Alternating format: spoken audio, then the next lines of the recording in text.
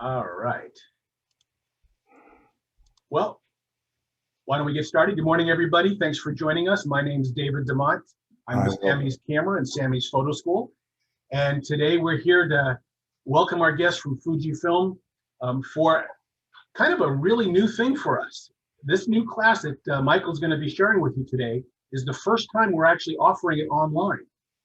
Normally, this is an in-person class for the interactive capabilities, and Michael's now got the ability to share all these great tips and tricks online with the Fujifilm cameras. So we're going to try it out. We want your feedback. We want your engagement. And we thank you for joining us today. So with that, Michael, it's all And yours. I guess we should say that this is being recorded and Yes. will be posted somewhere On on the the Samy's Sammy. PhotoSchool site, Yeah. when it's all done in a couple of days, we'll send you an email as well, letting you know that it's there for reference. Yeah, so if you forget something, you know, where was that button he talked about? You can go back and review it. So, all It's all yours, Michael. right, David, goodbye. Thank you for helping us. Hi, folks. I hope I'm coming through to you loud and clear and you can see me well. I'm coming to you from Los Angeles. And I've been with the company for a couple of decades and going way back to before digital. This is, like David said, the first time I've done this online. And so because of that, I'm not exactly sure if it's going to work well, so bear with me. Fundamentally, what this class is really meant to be is to help any of you that have Fujifilm cameras, any Fujifilm camera, get better with it, become more efficient, faster, learn some of the reasons that we do some things, okay? Now, having said that, this is it's not possible in 90 minutes to 2 hours to cover every single little thing, okay? Also, I'm going to ask all of you out there to be friendly with each other and be cognizant of the fact that I also don't know which cameras you own, all right? So I might be showing a particular camera. Bear with me, I've tried to anticipate whatever cameras, you know, are out there the most. When I'm talking about something, you'll see I often will mention other cameras. I'll say this button's on this one, it's not on that one. So sit tight before you jump in. I am supervising this whole thing all by myself. There's nobody else watching chat or anything. So the normal rule is we ask people not to interrupt verbally. However, because this is typically a class that we do in person, if you do have a question, I would actually rather you ask it verbally instead of typing it into the chat, because I might not see the chat, all right? But again, let's be respectful of each other, and we've got people from all around the world. This is going to take 90 minutes, probably 2 hours, because there's a lot to cover. So it's going to be a mix of me showing you PowerPoint slides and then showing you actual hands-on things on the camera and menus in the cameras as well.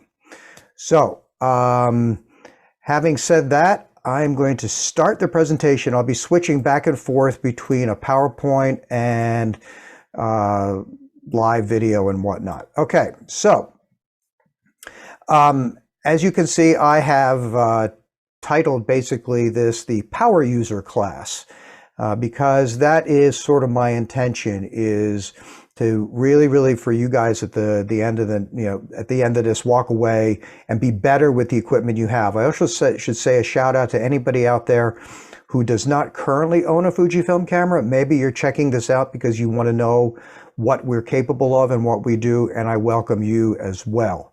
So here's my power tip user number one. This is absolutely one of my best favorite pieces of advice. And even though this is not an art class, and I do that separately, I believe this is really important for anybody to become a better photographer. For those of you who don't know who Henri Cartier-Bresson was, he was the penultimate street photographer from about 100 years ago. So he was really big from the 1930s to the 1950s. And this was way before Photoshop, of course. Okay, so he makes the distinction where he says it's not like a painting, because he basically understood that you can only get it right once. Okay, with painting, you can take months and years to finesse and change and all that. But this is the thing: think in your head what the photograph, what you want to get on camera before you even put it up to your eye. If you're walking through the streets of wherever you are, you're out on holiday and you're on, you're on a beach or you're in a forest, as your eye scans the scene, your brain should be making mental photographs, framing things as you look at stuff. And the camera should be a refinement of what your brain sees. So to make your life easy, get in the habit of practicing good composition, mentally before you snap that button, okay? Instead of snapping away 100 things and then having to throw away 99 files, try to capture 5 good ones instead. So that's just my piece of advice. Okay, so basic X series operation. I should point out, I will be talking about the GFX system as well. The GFX system is our large format digital, okay? Much bigger sensor than the X series, but those cameras and the X series share a lot in common. But for the most part, all of them basically have what I see as old school operation based on old film cameras, where there is a physical shutter speed knob, there's a physical ISO knob, and we have physical f-stops on the lenses, okay? There are some deviations. Again, we'll get into depth on all of this. If your camera has a letter A on it somewhere, like on the shutter speed dial, there's a letter A up here, okay? That means that function is in auto, all right? So if I put the shutter speed on auto, that means it's auto shutter, therefore it means it's aperture priority, okay? Program mode on these cameras is the equivalent of having both the lens and the shutter set to A. Okay, auto aperture, auto shutter speed, that's program mode. Okay, very simple. Some of the cameras have 1 card slot, some have 2. And some of them are on the side of the camera and some of them are underneath where the battery is located.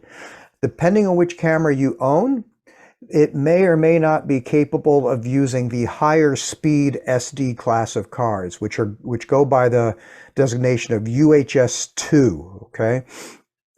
If you have those cameras that I've listed on the screen and you are shooting bigger files, you're shooting just RAW, you're shooting burst modes or something, you should invest in UHS-2 cards. They're much faster. We have, on every single camera we make, we have a Q button. Q stands for quick. These are the things that basically I believe that were designed to be the things you access most frequently. It is a menu, but it's a shortened, more limited menu, and I say the Q button is your friend. You don't need to keep going into the big, long menu over and over again. Learn to love the Q button, and you can customize that. Now, most of the things that you set in the Q button only affect the JPEG reproduction, okay, and nothing else. Our RAW files are covered corner to corner, always full capture, okay? So we do have compressed RAW, but it's not lower resolution, it's simply less data, okay? Mathematically less data. We are always capturing the entire sensor when we shoot a RAW on any of our cameras. Also, what on some cameras goes by the name of shooting mode, we call it the drive. So on some cameras, you'll see a button that's actually labeled drive, and then you go into a list on your LCD. And on some cameras like the X-T3, T4, H1. Finally. Sorry? Hello? Some cameras have an actual rotating drive dial, like on these cameras, it's located under the ISO. So that gives you the different drive options. And that is things like burst shooting, advanced filter modes and stuff like that. And again, we're going to get into more depth with all of this. I'm just giving you a quick overview so you all see what's in common. Focus operation, most of our lenses are simply on the lens ring, but there's some of our, so we have a rotating selector for manual and continuous and single autofocus. Most of them are in the front. Some of the GFX cameras, it's on the back by the viewfinder, SCM, single continuous manual. The zooms, a lot of them have optical image stabilization. Some of them don't. And only a handful of our primes have optical image stabilization. Now, with the most recent cameras, of course, we are adopting in-body image stabilization more and more. So some cameras, you know, they may be similar models, but one will have IBIS and one won't, and that might be a price point determinant, okay? In autofocus, you also have choices of single point, which is just one spot on the screen, zone, which is a larger area where the camera will bounce around from point to point, and then something called multi, which is the entire sensor, and the camera will automatically track something. It will jump to a certain spot. Again, we'll get more detail. If you see the word all on your Q menu or something under the autofocus choices, that is not the same as multi. Multi is all the spots. The word all simply means that you can scroll between the different choices by way of the back wheel. That's what the word all is. I wish they hadn't named it that, but they probably couldn't have come up with anything else. All right, so some other basic things is those of you that may have X-T10 or T20 or T30, which are phenomenal cameras. They're basically baby versions of the T2, T3, T4 series. Up here on the top right, where your shutter speed knob is, you'll see a little lever. And I think when it comes out of the box, that lever might be set to auto. So I personally don't like that auto setting. I think this is, but what you should think, the reason I don't like it is because it disables your control of a lot of other options, all right? So this is a great setting for when you want to hand your camera to, say, your four-year-old niece or nephew and say, hey, take our picture.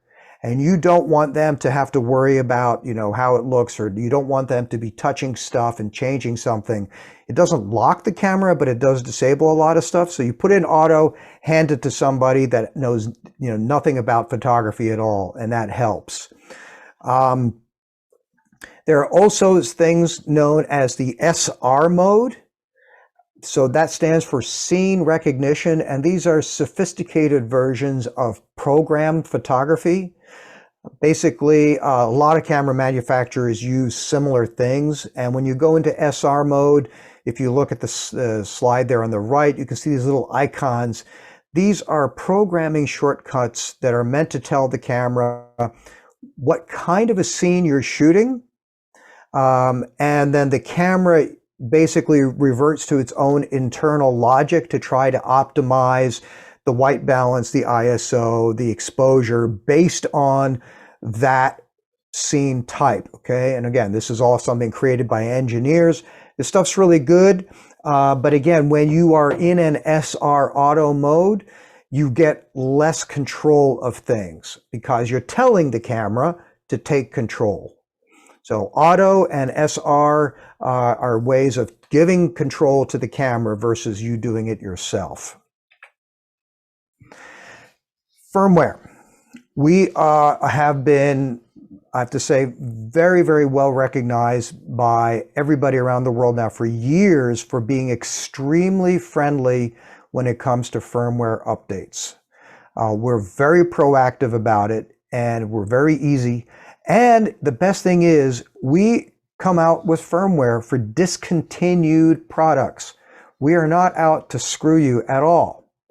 So I think maybe if you're in a T10 or a T1, yeah, those we're not going to do any more firmware updates. Those are way too old, okay?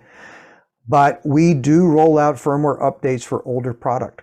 and that means that the engineers found a way to add a new feature, or maybe some kind of a problem was brought to somebody's attention and it was important enough for them to fix.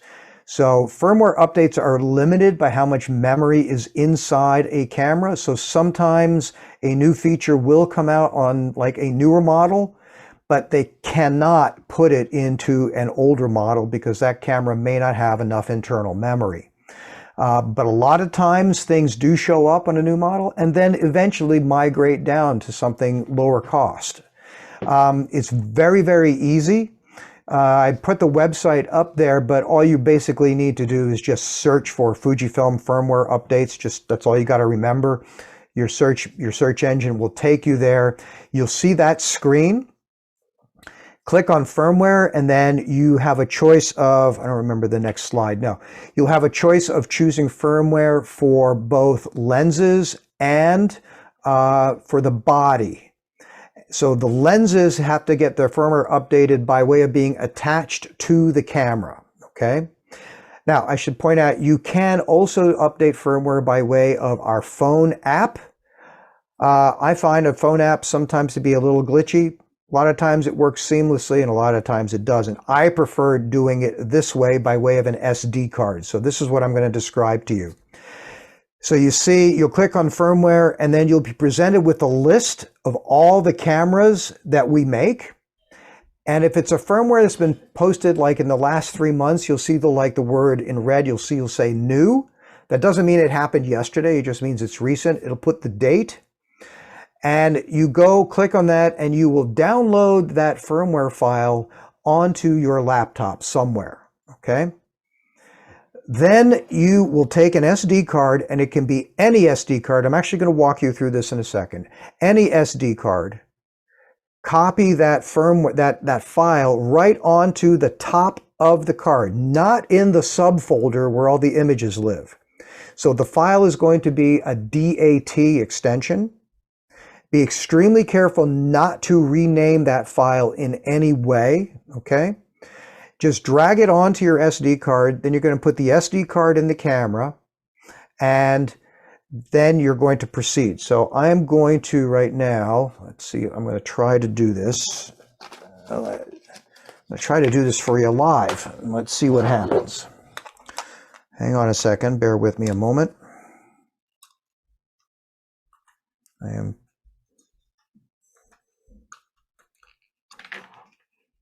Okay, so I have a card here. I'm going to stop my share for a moment so you can see things better. I have a card. I put all my firmware updates on one card because, you know, I have to deal with all the product, right? So I'm going to put this, so you put your card in the camera. And at this point, I'm going to switch to, so before I show you this, so I am going to, the camera is off, all right? And I just realized I'm not going to be able to show this to you live because the HDMI won't work. So I'm going to have to show it to you. You're just going to have to look at the back screen. The camera is off. The SD card is in. You find the display back button. I usually do this with my left thumb. You're going to hold that display button in and then turn the camera on. Watch, I'm going to turn it on and continue to hold that button. There, and then you see a white screen. I know you can't read what that says, and I just realized I can't show this to you. But it's a white screen and it says firmware update, and then it's going to say what your current body version and what your current lens version is. And then at this point, all you got to do is follow the instructions on the screen. So I pressed OK, yes, and it says, do you want to do body or lens, right? And then I say body. And then it's going to show you what your current version is and what you're going to go to. So at this point, it's the same version because I'm upgraded, so I'm just going to cancel it, okay? This is going to be one of the few things that I can't show you live, but it's that simple. Now, what's not simple is when that is in progress. So first of all, you need to have a battery that's pretty well charged. The camera will warn you if there's not enough charge in the battery. The camera also warns you not to turn off the camera. My advice to you is Once you hit that final OK button, say, yes, go ahead and do the update. Put the camera down. Don't touch it. Don't be holding it. This is just being extra cautious. The reason I say it is if you interrupt the camera, if you turn off the camera in the middle of an update, you've now ruined the camera, not permanently, but the camera now has to go back to the service department. They need to reflash the memory from scratch. Okay? This is the same thing with phones. If you do your firmware, if you do iOS or Android update, same thing. It tells you it's got to be charged. It tells you it's got to be on Wi-Fi, all that kind of stuff. Okay? So that's how you do firmware updates. But when they're not announced usually in advance, they just come out, and so check that website every once in a while. And if you haven't done it in a while, you are missing out big time, because we make the autofocus faster, we make the autofocus better, we put in new film simulations. Sometimes we find things like some combination of buttons will cause the camera to lock up or whatever. We fix that kind of stuff, okay? Again, it's also with the lenses as well. So if you have some older lenses and have never done the firmware update, do the firmware update, because your lens will focus faster and more accurately and stuff like that. Okay, let's go back to this. So, what are we looking at? Sorry, that. We want to see that, right?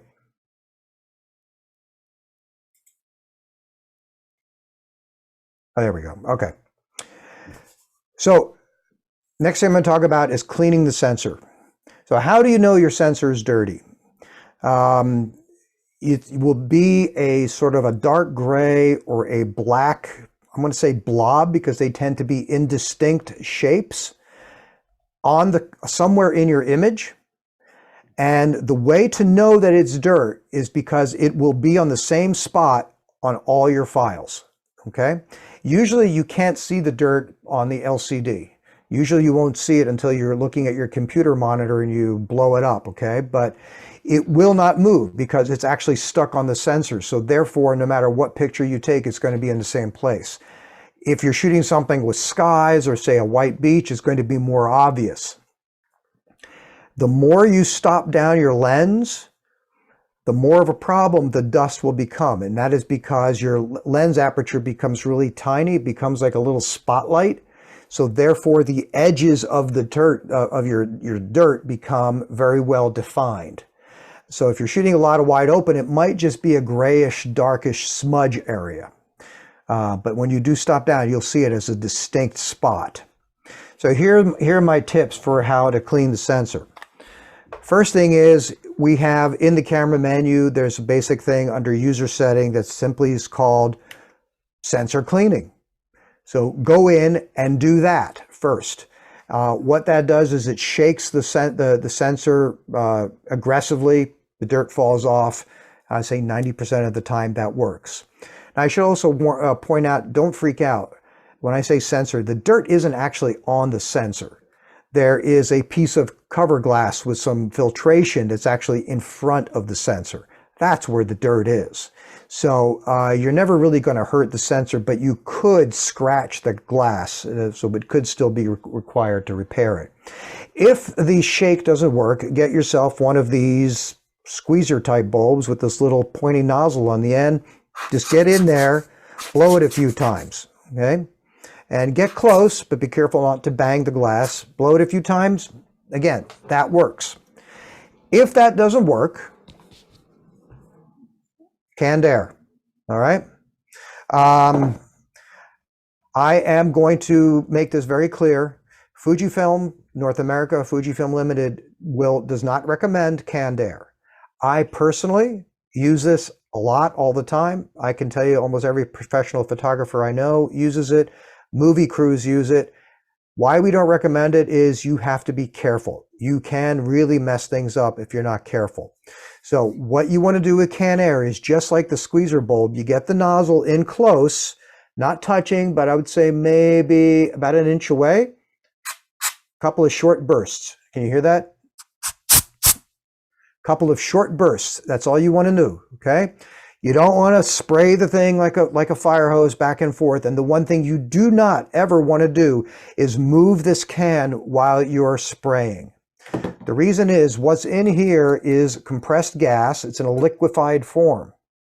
If you shake that can, that liquid can get sucked up through the nozzle and then get sprayed onto the cover glass, and it can then end up leaving a deposit on the cover glass, which now you're going to have to clean off physically, okay? And absolutely never turn the can upside down, ever, ever, ever, okay? So that's the thing. Now, if you do need to actually, if none of that works, and you have a spot on there, like maybe it's something oily, now you need to clean it physically by way of getting a swab. So you can buy those commercially available sensor swabs in different sizes. And you can purchase in the camera store a liquid called Eclipse. That's the brand name. What it is basically it's just methanol. Okay, it's pure methanol. It's 100% methanol. If you don't see that, go online and buy. I would suggest get 100% ethanol. Ethanol is grain alcohol. That's the stuff we drink, but it's got to be 100%. You can also get this in drugstores sometimes, or for those of you in the UK, the chemist. How do you know? Sorry, I just saw that. How do you know when the firmware update is finished? The camera tells you. Very simple. Camera gives you a message and it says turn the camera off. That's all you got to do. Okay. So you take the swab. You will take the liquid and you will put no more than 3 drops of that liquid on the swab. I usually do sometimes 2. And then if this is the sensor, all you do with that swab is you're just going to sweep it across once and then sweep it from top to bottom once. And then you look very carefully, holding it against the light, and you wait for it to evaporate and dry. And hopefully your thing will be gone, and hopefully you won't see any streaks. Sometimes you'll see streaks, and that means you're going to have to do it again, in which case I will flip the swab over, put 1 more drop on because that swab is still moist, and I'll swipe it again. All right? It's that and forth. Do not go back and forth. The reason I say do not go back and forth is because if it is a solid piece of matter and not like an oily stain, you can trap that little piece of grit underneath the swab, and now you're actually scratching the coating on that cover glass. All right. All right. Like I said, the Q menu is your friend. It's great. There's all kinds of stuff there. It's very, very easy to customize that. Now, one thing you'll find with some of our newer, so I'm going to get into that in a second. We have some new view options with some of the newer cameras on how that Q menu is presented. But the good thing is that you can move those things around if you don't like the way, the factory set those to default. And you can also change what those Q menu items are. And the easy way really is just hold the Q button in for 3 seconds and you will get a Q menu edit menu, okay?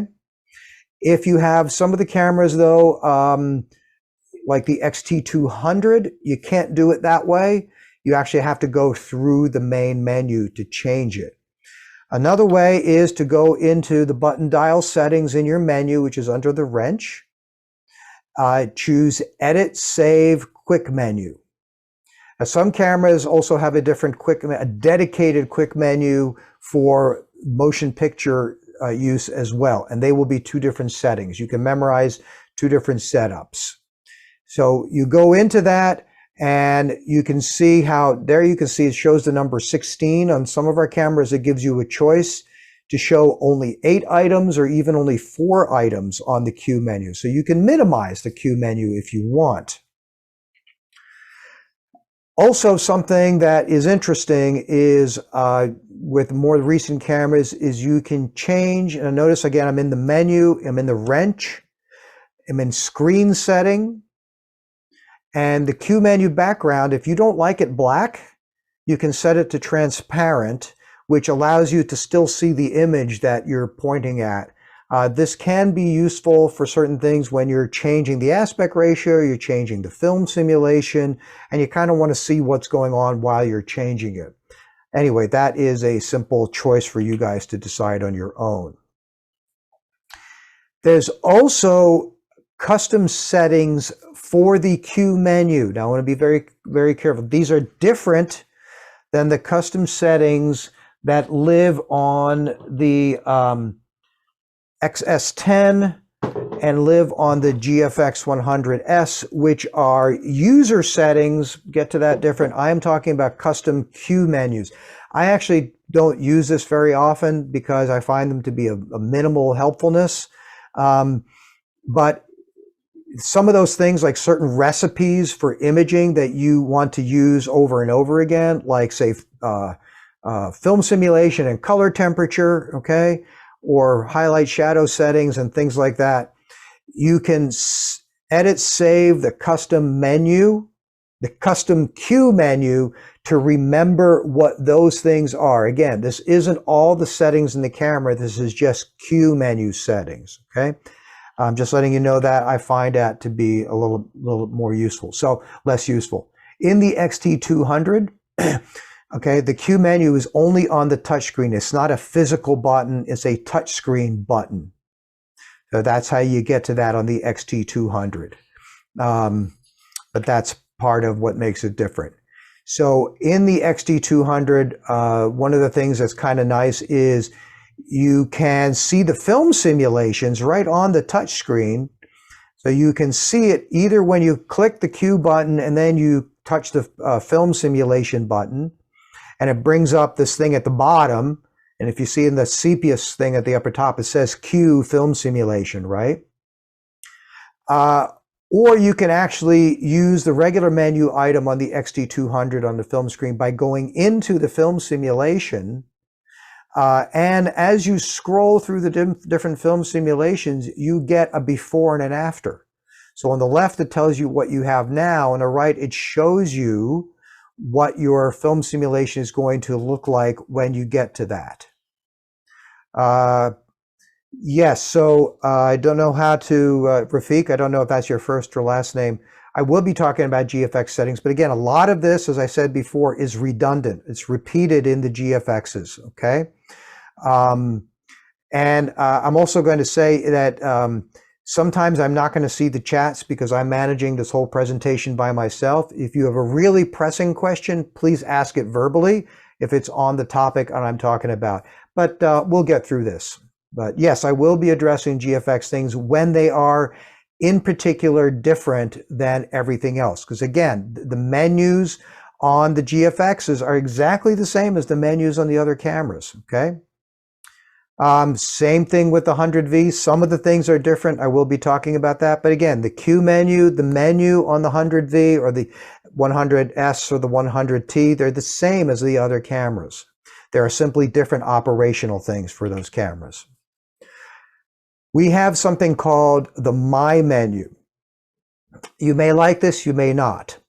The My menu is off by default when you get your camera. The My menu is a limited choice of things that you use frequently, okay? And the way to set up the My menu, you have to set it up. You first have to add items to the My menu. So when you go into the menu and you choose under user setting, you choose My menu setting, you go to the right, there's going to be an item that says add items or remove items or rank items, okay? So when you go to add items, you get a list of things that you can add, and you can see it there on the right. That list of things, I have to say, is limited. It's only about 3 or 4 pages long. It's not every single thing in the entire menu. So I really don't know the rationale for that. I just think it was a programming limitation that the engineers had to deal with. But you can say select it, and then boom, that particular thing will now become your My menu. As soon as you put something into the My menu automatically becomes your default menu.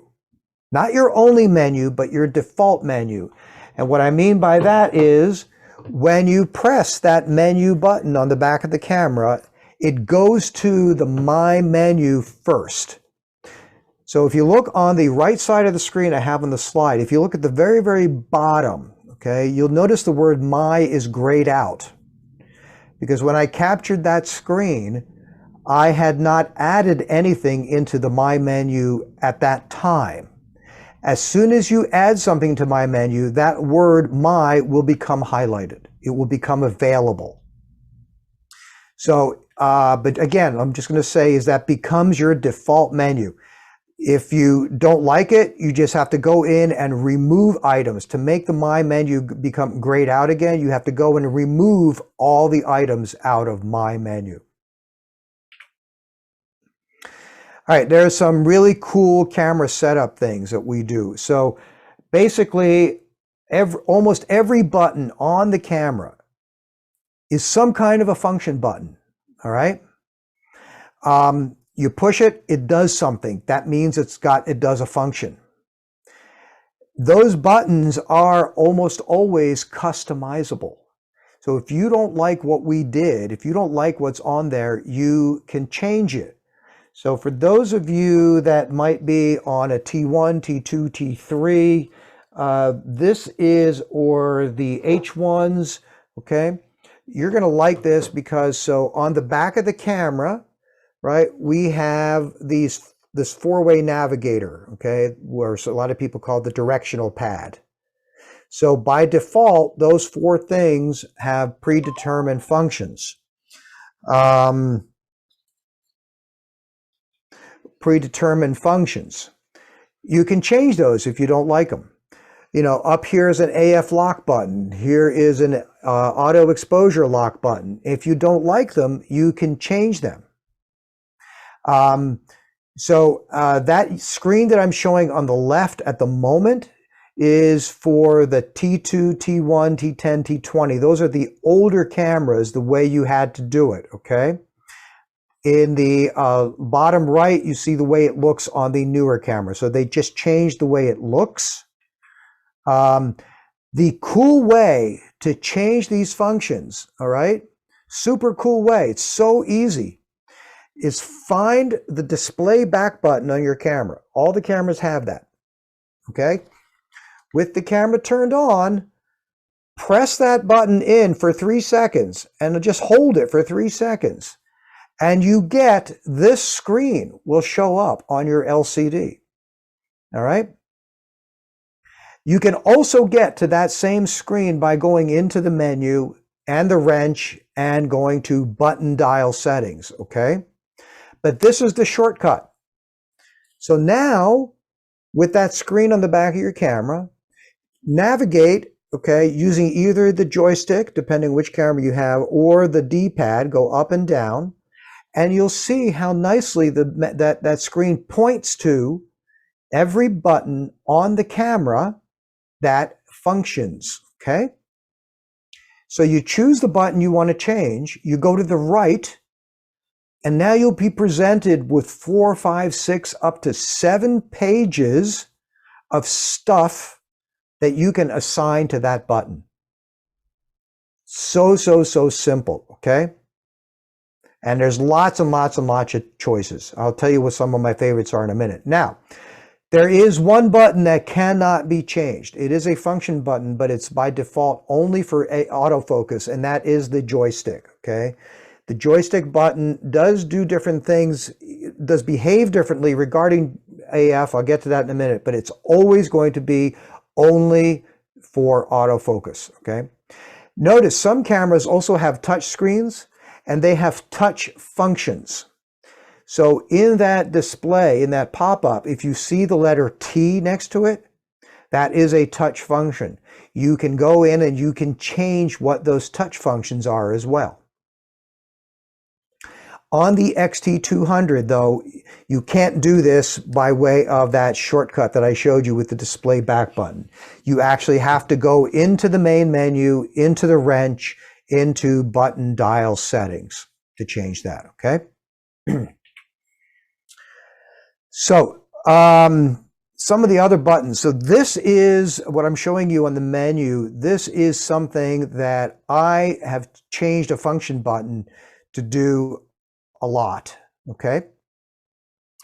Called preview exposure in manual mode. So that is in the screen setup. It's always in screen setup in all the cameras. So what is that? Well, okay, our cameras are all mirrorless, right? And which means you have a live video image of the picture all the time on the LCD or the EVF, which is great. That's one of the best things about mirrorless cameras is what you see is what you get. When the picture's too bright, okay, you know it's overexposed, fix it.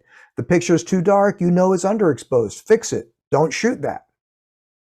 So that's really, really helpful. But if you go in and out, so I shoot in studio and I shoot outdoors a lot. If you're a wedding photographer, you'll be shooting, you'll be going inside, you'll be using with flash, you'll be going outside, okay? If you're in a studio, so you typically, because you're using flash, we have a lot of light, we're going to set the ISO somewhere low, like 100 or 200. We're going to set the shutter speed at the highest sync speed we can get, 125 or 250, and then we'll be shooting at a 5.6 or an f8. Under those lighting conditions, are you going to see anything in the EVF? No, you're not. It's going to be too dark. So preview exposure in manual mode, okay, you want to turn that off when you're in a studio environment. That way the screen gives you a constant brightness. That's what that means. So again, it's only in manual mode. If I'm in auto shutter, if I'm in auto aperture, okay, then the screen automatically, the camera is automatically changing settings, okay? It's changing settings. So the picture will always change go brighter and darker automatically. But when you're in manual mode, okay, the picture is going to be a fixed brightness. So I love taking a function button and setting it to that function so I can turn it on and off. This is really helpful for those of you doing weddings. You'll find it very, very useful, okay? What is this big long question? Please show us how we can save all our customized. In a rare event, we have to return the camera to factory setting.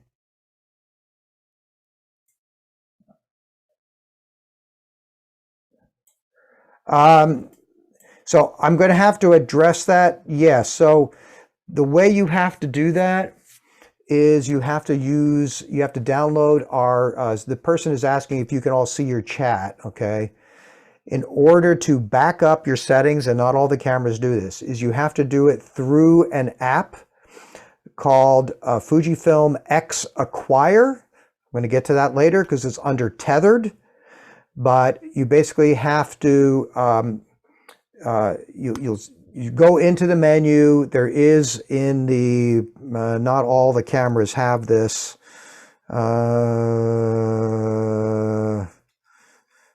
Connection setting. Yeah, so you go into, all right, I'll address this for you very quickly, but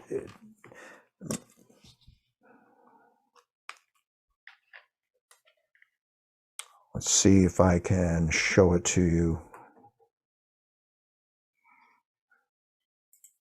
Okay, I'm not going to dive deep into this at the moment, but you guys should all be seeing my camera menu. You go into connection setting.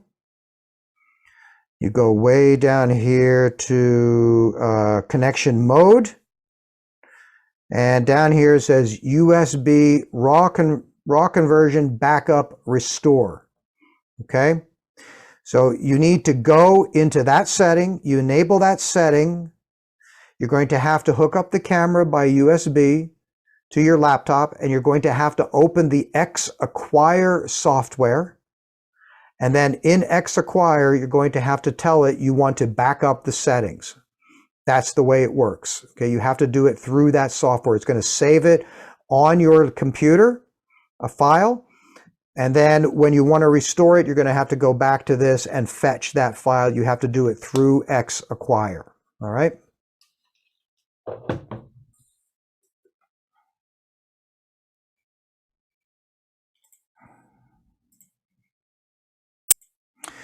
Okay, so button setup, that's what I find very, very helpful. Function buttons, play around with the function buttons, see what you like. Is this sharing that screen or not? I can't, it's telling me it's not sharing. Hang on, there we go. So play around with the function settings. Also, you can customize what you see in your viewfinder and what you see on the LCD. I don't know if you knew that. So for one, that's what the display back button scrolls through different view modes of what you actually see. So if you actually want a purely clean image on your viewfinder, don't want to see the stuff that's on there, just go hit the display back button and you'll get to a mode where the picture has no overlays whatsoever. I particularly like the overlays, all right? I find that information very, very useful. But what those overlays are, you can set up, okay? You can make things on, turn on, and go away, okay? And that is in the menu, it's in the wrench, it's in screen setup, and it's an item called display custom settings. And when you go through that, you can see on this screen grab, there's 4 pages worth. It'll depend on the camera you have. If it has a check mark next to it, you're going to see that on your screen. If it doesn't have a check mark next to it, it won't be there. It's that simple. So all you do is use the joystick, use the D-pad to go down through that list and just hit menu OK to check and uncheck items, and you can make things go away. One thing I highly recommend all of you should enable is the histogram. Okay? The histogram is an incredibly valuable, powerful tool. Yes, it takes up a little spot of the real estate in the bottom right corner, but again, you can hit the display back button and have a totally clean output, but the histogram is extremely useful. Framing guide, the other one I find extremely useful is the electronic level. Our level, the way we designed it, is very, very simple. It's just a simple line, okay? And when it's green, you're level. And when you tilt it, it's white and it shows you it's off. I love that. Also, go to the very, very bottom. Sorry, I forgot what we call that one. But this one is really useful. So you know what? I'll do this. Hang on. I'm going to change my setting. Stop that. This one, I want you to go to, this is an XT3, frames remaining. Okay, it's down here at the bottom. It's called Framing Outline. Framing Outline. Turn it on. What this does is, okay, I'm going to turn it on. I'm going to hit the shutter button. I'm going to get out. I don't know if you're able to see this on my screen share, but I've actually intentionally have a black screen here right now. Okay, I've got a lens cover over that. I don't know if you can see, there's a fine light gray line at the extreme edge of my screen. It's a little fine gray border. It goes around the entire edge. Because I have actually a dark image on here right now, that little border is extremely useful to me because it lets me see where does the frame edge stop and where does the black part of the LCD actually begin. So in low light situations, this thing is really, really helpful. Okay, and you can see the level. I love the level. It's so simple. So, but like I said, all those things. So by pushing the display back button, I can change what the display mode is. Okay, different things. Customize your screen any way you want to.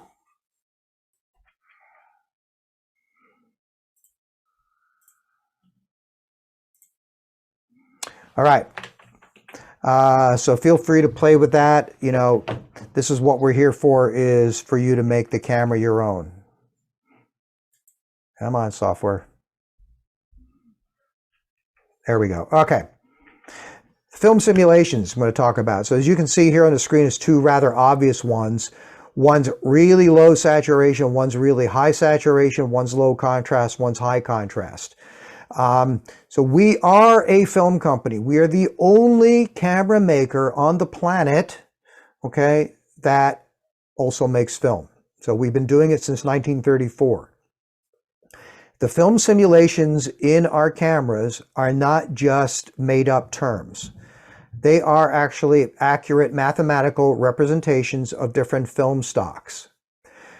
One of those in there, called Classic Chrome, CC, is actually a film stock made by a different manufacturer. And it very accurately represents that, okay? One of the most popular slide films ever made.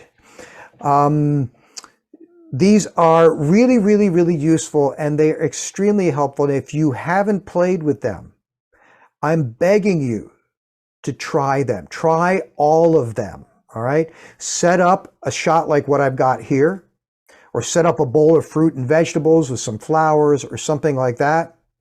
And what you do is you just put your camera, handhold it, set the exposure to manual, don't change the exposure, and shoot the exact same picture with every single film simulation. Then go open all those up and look at the differences. Some of the differences may be kind of subtle, and you'll go, I don't see. The red looks the same on those two. Some of them are going to be glaringly obvious, all right? Why do I recommend that? Well, because first of all, if you are a RAW shooter, and but if you set the camera to RAW plus JPEG, what you're going to do is you're going to get a film simulation preview, okay, on the screen, and you're still going to be shooting RAW. This is really helpful if you're a black and white person. I probably do, I got to say, at least 3/4 of my photography is black and white. And this is extremely helpful, I think, in black and white, even when I'm shooting color. But it's extremely helpful to put a film sim in black and white, and you get an idea of what the picture is going to look like. So if you're doing RAW and JPEG, you shoot a black and white JPEG, you're still going to have that pure RAW, okay? RAW is always going to be RAW, no matter what the film simulation is set to, but you get a black and white picture on your camera. That makes your life so incredibly easy. It's so great to be creative, okay? The other thing is, the other thing you should be aware of is it affects what is called the thumbnail that goes with the RAW file. On every camera, when you hit playback on a RAW file, you're not seeing a RAW file. You cannot see a real RAW file. The RAW file has to be mathematically turned into an image. A RAW file is not an image. Okay, it's just data about the image. So your camera has to render it into something viewable. When you hit RAW file, what it's going to show you is, when you hit playback with a RAW file, it's going to show you the JPEG representation of whatever setting you had put onto the camera in your film simulation, okay? Also, different softwares, depending on whether it's Capture One or Lightroom or AC/DC or Luminar, whatever. Some of those softwares show you the embedded thumbnail that we created. Some of those softwares do their own RAW preview on the fly. Adobe is one of those. Lightroom takes our RAW file and they render a preview on their own default, not our film simulation. So be aware of that. Sorry. Be aware of that. If you are a RAW and JPEG shooter, you open it in Lightroom, your JPEG may look one way and Adobe's preview of the RAW won't match. Okay? That's not our fault. It's not Adobe's fault. It's just two different things, just so you know that. I'm going to talk more about the thing later. I almost never shoot RAW anymore. Okay, but I've been a pro for 40 years. But because you have what you see is what you get in your screen, all right, you have the assurance that your exposure is correct, your white balance is correct. So you don't have to rely on doing everything in post-processing. All right, yes, film simulations are on all of the cameras, okay? All going back to the original XT100 from 10 years ago. Now, something called preview picture effect. So I had just assured you about the what you see is what you get. All right. So preview picture effect and natural live view, two different things in the menus. And they change what you get, okay? So when preview picture effect is turned on, okay, it is going to give you that film sim preview. It will give you the brightness and exposure preview and all that stuff, okay? They changed the name of preview picture effect. I think it was after the T2, maybe after the H1. I don't remember exactly. It's now called natural live view. Okay, so they work opposite. Let me explain natural live view, and it's the same thing. So natural live view is meant to turn off as much image processing as possible to make your picture look like an optical camera. So you've got an EVF, right? We have an LCD. These are electrical monitor devices. With natural live view turned on, it kills the film simulation, okay? It turns off all the enhancements, all the contrast, all the white balance stuff, all of that, all right? It's meant to make it look as if it was a DSLR, okay? Preview picture effect is the same thing, but to get that natural live view with preview picture effect, you go into preview picture effect and you turn it off. Turning off preview picture effect is the same as having that optical look. It's the same as turning natural live view on, okay? So again, depending on what camera you have, you're either turning it off or you're turning it on. But be aware now, you're not going to get a realistic representation of your final output. All right? This is just for people that really, really don't like EVFs. So there are a lot of people that are switching, or they have a DSLR and they just don't want to go to a mirrorless camera because they can't stand it. So the natural live view makes it look as much as possible as the thing. Two film simulations, however, though, will always be on, and that is if you are in the black and white or the sepia mode. Because black and white and sepia, they're so intentional, because you're telling the camera, I want no color whatsoever. We leave that on so that you have the assurance that you are shooting in black and white, okay? Otherwise, it freaks people out because they think they're seeing a color image.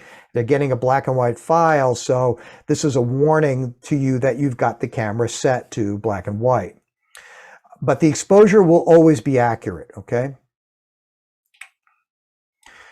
The EVF brightness, by default, it's set to auto. I don't like it.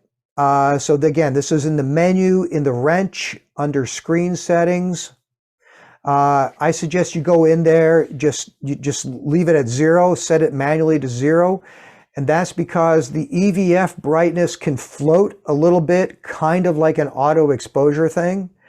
It's based on ambient conditions, and it's like when they detect a bright scene, they'll make the picture, the EVF, brighter as well. For me, I want to see the picture reflect things the way I set them. So I prefer to turn the EVF brightness to manual, to just leave it at 0. Likewise, LCD brightness. Now that's something is a different story, because when the LCD, you obviously are affected by ambient conditions. You might be out on the beach, you might be out in snow, and it might be so bright that you might have trouble seeing the screen. So LCD brightness, if you want to make it brighter or darker, that's up to you. Now, you also might want to turn it down. What if you're shooting in a theater and you are playing back on your image, and you don't want that bright picture to upset people, all right? So turn the LCD brightness down. But if you are shooting in a theater, or you're at a wedding and it's dark, and you want to check your pictures and play it back, don't look at it on the LCD. Put the camera up to your eye and do playback through the EVF. One of the advantages of an EVF is you can play back right there. Again, that's also really helpful when you're out at the beach where it's super bright. You can't see the LCD. Look at the picture through the EVF. Woohoo, it's so easy, okay? We added something in the black and white film simulations. We added something called monochromatic color. You know, I think this is probably something you're better off doing in post-production, but just so you know what it's there. So you can do a color bias. You'll still have a black and white, or it'll be a gray and white picture. But as you can see, I've applied a setting there to turn the whole thing kind of cyanish. So that's what monochromatic color is. It's not partial. It's just gives a huge tint to everything. Okay. Sepia, likewise, you can change the amount of, you can change the amount of tint with the sepia as well. That's black and white tone adjust. Now, a lot of your cameras, well, actually, all the cameras pretty much. I think the GFXs maybe don't have this. I've never actually looked because I've never tried to use that. Something called advanced filter modes. Now, whether they're advanced or not is up for debate. Now, these are programmed kind of like they're not like scene recognition where they're based on what they don't do metering things and stuff like that, but these are built-in processing things that happen in camera. You cannot undo it when you do it, okay? And they're effects. So there's no way around it. They are effects. I find them kind of useful sometimes. They can be a lot of fun. There's some cool stuff you can do with them. So, but just so you know, how you get to them is on some cameras, like this is an XT30. So T10, T20, you'll find it up here on the top left. You rotate the drive mode, and on the T30, at least there's two of them. It says ADV1, ADV2. Some of the other cameras, again, it's in the drive mode. It's in the rotating thing. You'll see the letters ADV. And what it does is it forces it into one of those processing modes. Now, you need to go into the menu first in the camera, in the main menu, and under drive settings, go to the advanced filter modes. You need to tell the camera which advanced filter mode to apply when you select it in the drive, okay? Some of these are kind of stupid. Some of them are kind of cool, you know, the partial color ones. So let's say partial color red is, let's say you've got a shot, you're shooting a red rose out with a red on a rose bush. Everything in the picture will come out black and white except the actual red rose itself. It comes out red. That kind of can be really interesting. Look at this shot. Toy cars, right? Nope. This is a race shot out in Austin, Texas at the COTA racetrack. Those cars are going 180 miles an hour. I'm on the 100, 400 millimeter lens. And this is in the miniature advanced filter mode. I just think that's a really, really cool picture. Those are, like I said, full-size cars on a full-size racetrack, but what it does is it creates this softness at the top and the bottom and gives us this really weird depth of fieldish look, and it forces it to look like it's small. So, you know, I have fun with them too. The color chrome effect and the grain effects. These are some things that we added. Again, they're not going to be on all your cameras. I'm going to talk about the grain effect first. I have some professionals that tell me they really like it. Actually, I don't, because it's one of those things you can't undo. I really don't shoot film any much at all. I haven't in years. I love digital. It's not that I work for a film company, but it's not for me anymore. The grain effect will bake in an artificial grain look into your JPEG files. Again, what did I say about RAW? Your RAW is always RAW. Don't worry. What you do on the settings won't affect your RAW, okay? So, but you can, if you want, have a grain effect that's actually baked into your picture. And as you can see, you can change the roughness of it and how, how scattered that is. Play with it. You might like it. You might not. You can always do this later. Okay. Color chrome effect also is only going to affect your JPEG outputs. I do actually like this. This actually works really well. Color chrome effect is less of a gimmick. The way it works is the camera actually, when you press the button, the raw file is captured. And before it goes into become a JPEG, the camera actually processes the raw file twice and then combines those into the one single JPEG. So it slows the camera down a little bit. But what it does do is it actually gives you not just more saturation in colors, but it actually gives you more color detail. It prevents color areas from oversaturating. So think of a red rose. If you're doing a close-up of a rose petal, there's all those very subtle little wrinkles in a rose petal, right? If you hit the saturation point on the red, all you're going to get is just plain old blob white, just red, going to look like a red piece of paper, be no detail. Color chrome effect helps to keep that from happening. So it can be useful. Again, there's strong and there's weak. And then there's a special one, Color Chrome Effects Blue, which is designed to only affect the blue areas of an image. And this was designed for skies. So if you want your skies to kind of look like it has a polarizer on it, the Color Chrome Effects Blue will do that. All right, now we're going to talk about some of the mechanical operations, not so much image processing stuff, is for those of you that have a mechanical shutter speed knob on the top, right? So we have, so I'm sorry, I'm getting ahead of myself. I meant to explain the different shutter types first. So we've got different kinds of shutter operations. So the mechanical, in your menu, when you see shutter type, you see the letters MS. That is the moving curtain. Focal plane shutter, there's two curtains that move back and forth in front of the sensor to create the exposure, okay? It's a physical moving curtain.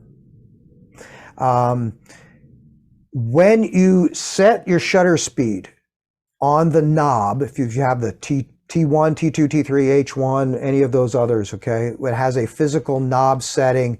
The GFX 50 camera has this.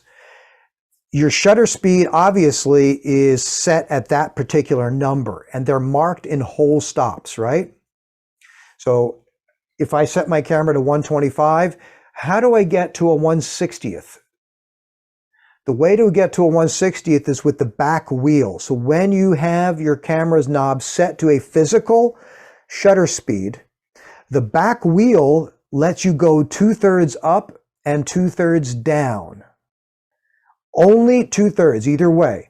So I can't just go from a 250 to a 500 because it won't let me go that high. But this is how you fine tune your shutter speed when you've got a physical knob setting on your camera, okay?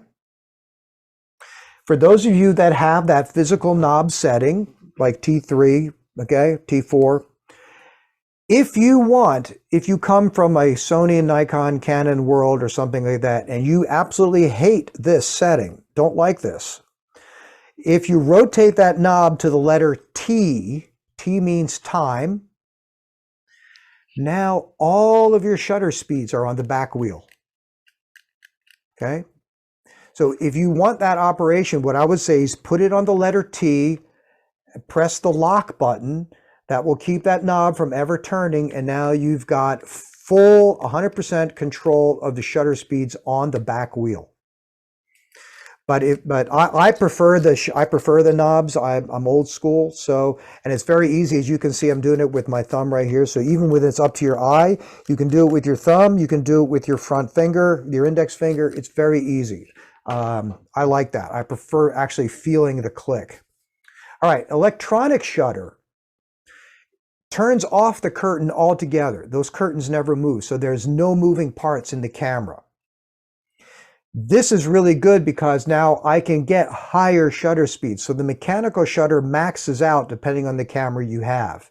It could be a 4,000th of a second. It could be an 8,000th of a second. It could be a 2,000th of a second. The electronic shutter allows us to get up to a 16,000th and even a 32,000th of a second because we're not limited by the speed of the physical motion of the curtains. All right. The downside of those, of electronic shutter, is that you can get something called rolling shutter effect because the capture of the image is from the top to the bottom. It's one line at a time. So you can get weird kind of jello-y effects. And also you cannot do flash sync when you're in electronic shutter. The advantage of electronic shutter is, yeah, boom, you want to stop a bird's wings, you can do it. You're shooting track or you're shooting sports, it's phenomenal. You want to shoot wide open, like at an f1.2 with a 56 millimeter lens, but you're out in the bright sun, you don't have an ND filter, electronic shutter is going to come to your rescue. When you put the camera setting in the menu to M+E, means mechanical plus electronic. This tells the camera that you want it to let the camera do both. So this is going to be very useful when you're in aperture priority. So you have the camera set to A, the shutter knob set to A, auto, right? When the meter detects that it has to go to a higher shutter speed because of the ambient light, it says, I can't, okay, I got to go above 4,000, okay? And I need electronic shutter. So if you see in the screen, you might see the shutter speed turns red. That's camera's telling you it can't go to the number it needs. So put it into mechanical plus electronic. The camera will automatically switch into electronic shutter. All right. And now it can automatically go as high as it needs to. So M+E if you're doing shutter priority, if you're doing full program or you're doing aperture priority, a really good setting. That's what I prefer. If you need to do high-speed sync, shutter sync, I'm going to get to that, but if you need to do high-speed shutter sync, it has to be in mechanical shutter. There is no shutter sync in electronic shutter. So you need to be in mechanical one way or another, either mechanical only or mechanical plus electronic. Electronic front curtain is something that we get, some of our cameras have. It's a hybrid. So the front curtain, remember the focal plane shutter, the front curtain stays open. It never moves. Only the back curtain moves. So electronic front curtain, when you hit the shutter button, it starts capturing the picture. It captures it electronically. And then when it gets to the bottom, it uses the curtain to close the exposure. So this is kind of useful because it does allow you to do flash sync, okay, because we're using the second curtain to close it. There's a little bit less vibration. So if you're on a tripod, you're doing macro and, you know, look, the mirrorless cameras already have virtually no vibration anyway. If you want a little bit less, this helps. It also gives you a slightly faster release time on the shutter speed. However, it won't go above a certain shutter speed, and it's because that the curtain closing during the electronic exposure sometimes causes some weird bokeh looking things, which you'll only see when you're going like to 100% in the image. But because of that, it actually will shut itself off above a certain shutter speed. But electronic front curtain is the default on a lot of cameras, and it's okay. All right, manual focus. I do manual focus a lot, although, you know, I'm an old guy. I've been wearing glasses since I was 8 years old. But the autofocus is phenomenally accurate on almost everything we make. I trust autofocus. I really do. Sometimes, though, you need to use manual. Sometimes sometimes your brain and your hand are faster than the camera. There's one thing that I love that you can do with mirrorless cameras you can't do in a DSLR or a film camera. It's called peaking, manual focus assist. Now notice this is the word assist. This helps you tell if the camera is, if the image is sharp or not. And I use the focus peaking a lot. We have some other manual focus assists. There's a split screen mode, which looks like a rangefinder, which I personally don't like. There's a microprism mode, which emulates old film cameras, you know. But I like the peaking. What peaking does is it looks for areas of high contrast. And when it sees an area of high contrast, it will illuminate that with a color. You can choose what color to use. And that would be, say, depending on scene type. So for example, if you're out there doing landscapes, you're shooting a person with a blue sky, choosing blue for peaking may not be useful because it may, you know, something against the sky, you may have a hard time seeing it. Red is my favorite because it works almost always on any scene content. But do not choose the high. So, okay, when would you choose high? High is when your picture is really, really low contrast. So it's really hard, like basically if you're just shooting some fabric, okay? And it's hard for the camera to detect edges. So go to high because then it's going to make the edges pop. The downside of choosing high is you get red almost everywhere. So it's not very discriminatory. And the whole point of having focus assist is to help you discriminate what's sharp from what's not sharp. So I say go with low. Excuse me.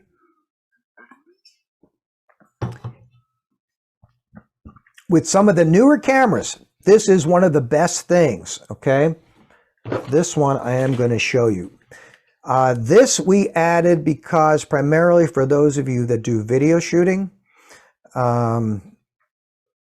I'm going to show you what this actually looks like on my camera menu. This is phenomenal. So if you go into the menu, the wrench, go to button dial setting, go down here to where it says focus ring operation, okay? By default, it says non-linear.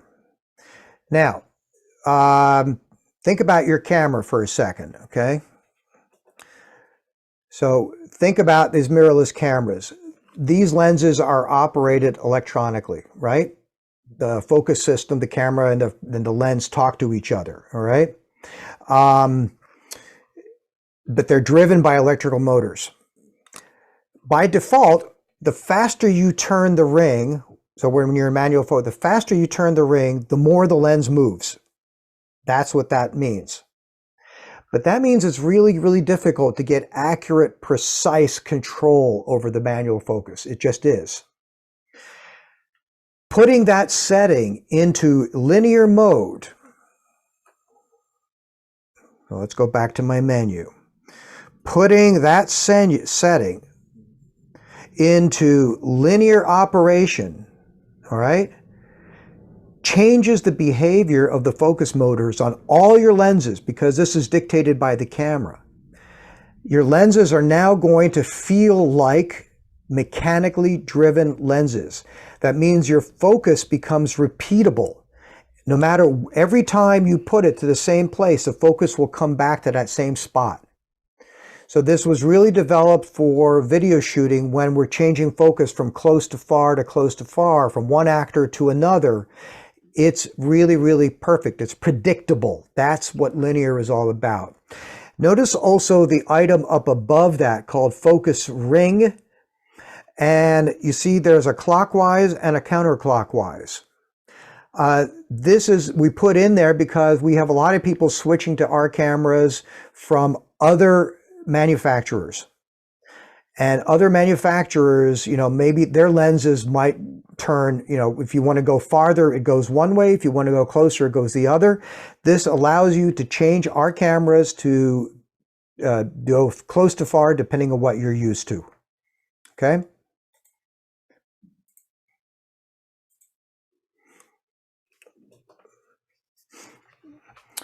Okay. Come on. Are you seeing my screen? Thing's telling me it's not. What happened here? Did I share the wrong thing?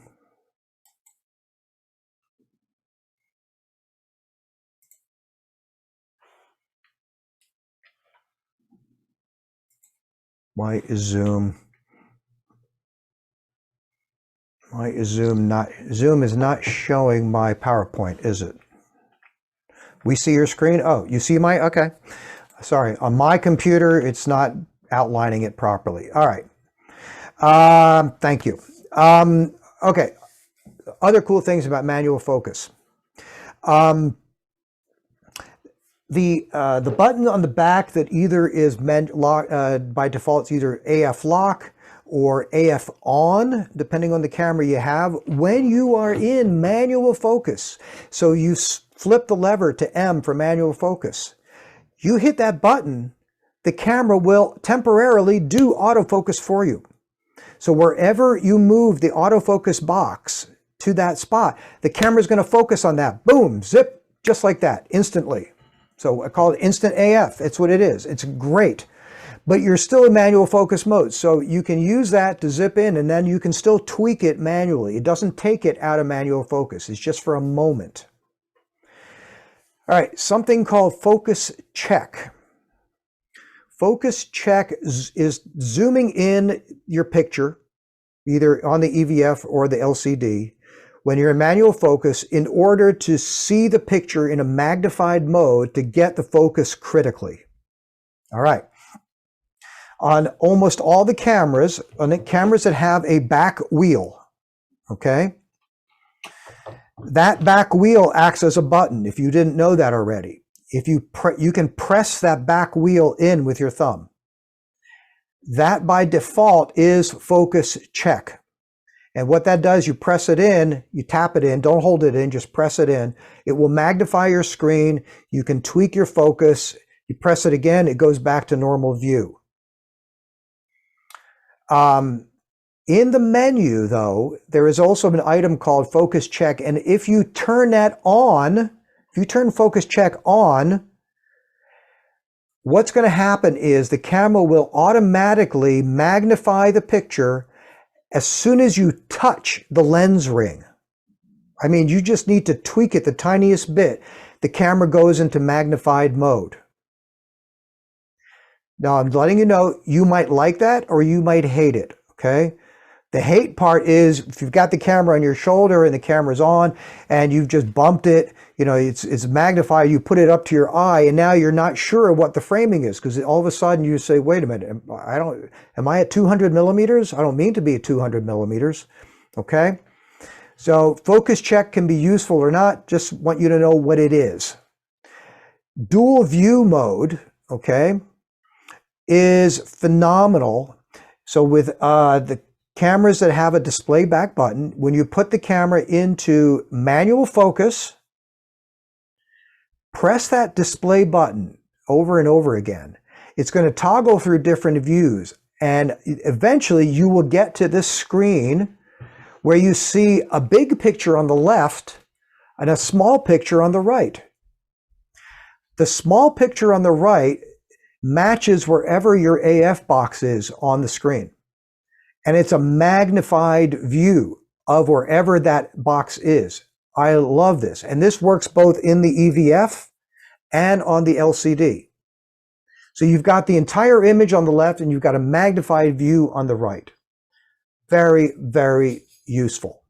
All right. And then you can just use the display back button. Okay. Now, the X Pros and the X100s, I have no way to show this by way of on screen.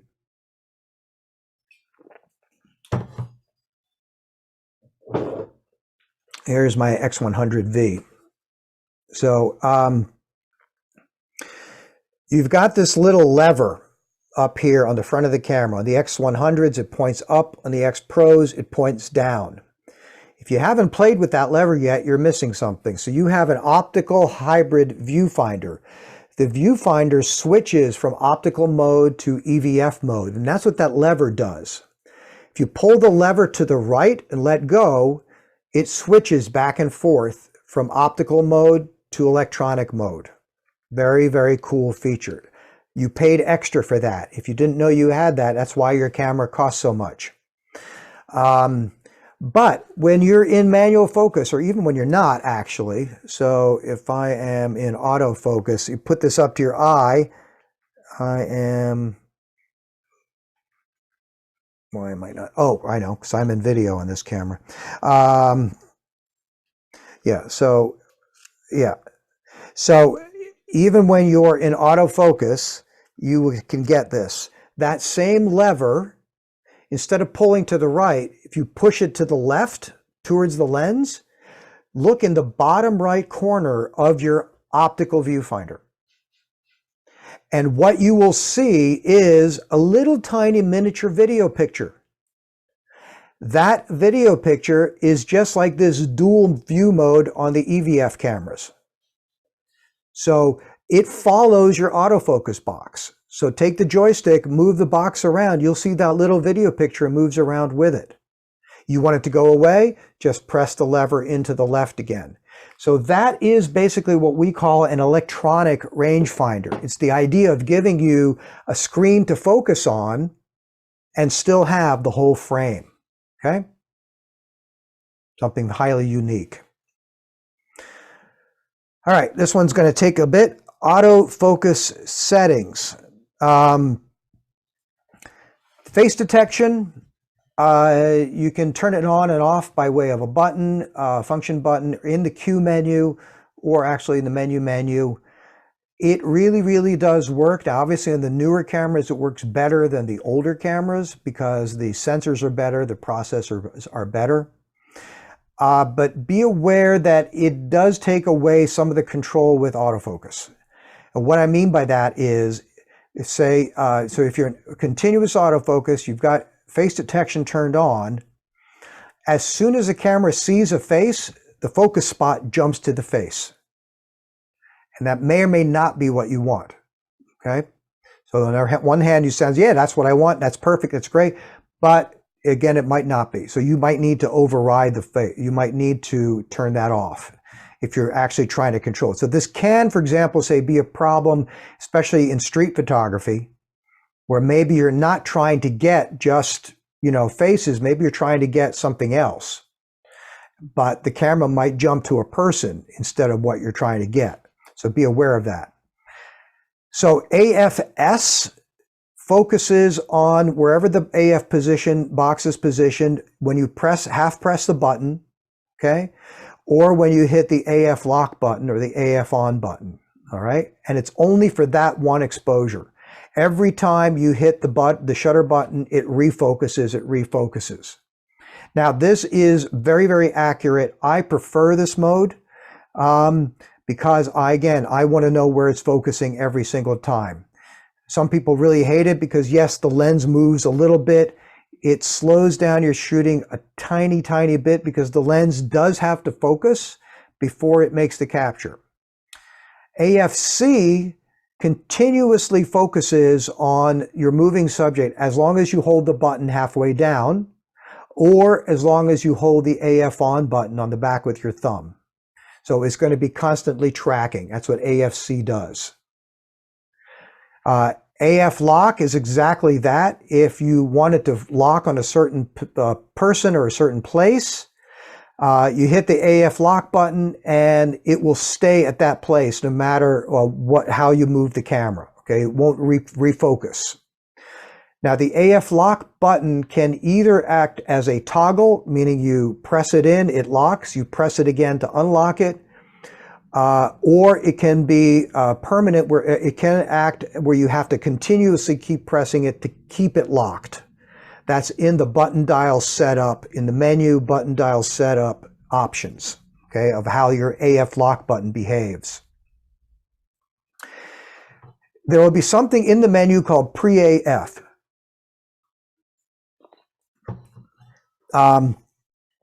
For those of you who might be using any of our cameras as webcams, you might have found the instructions have told you to turn pre-AF on, all right?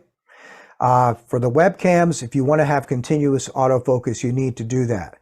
But if you're in regular photography mode, don't turn on this pre-AF, okay?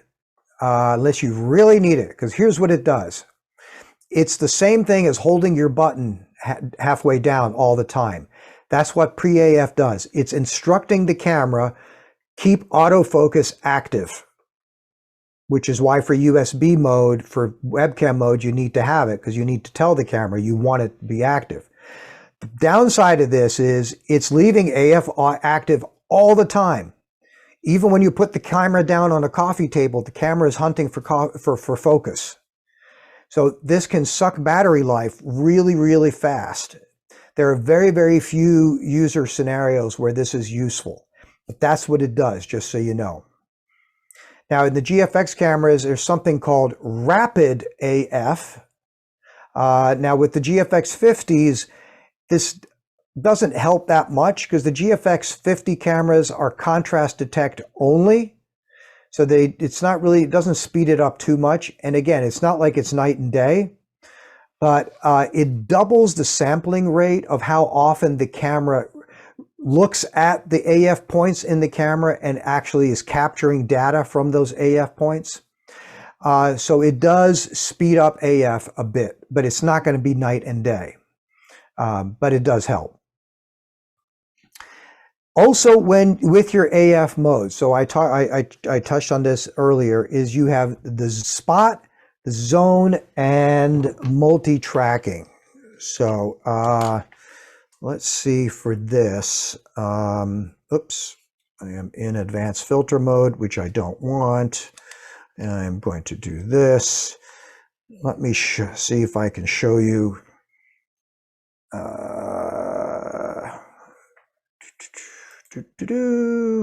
And change my view.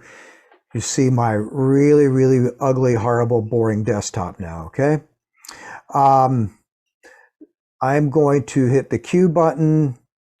Okay, so down here, first of all, at the bottom, you see I've got face detect on and off. I forgot to mention, you can choose eye detection on or off. You don't have to have eye detection.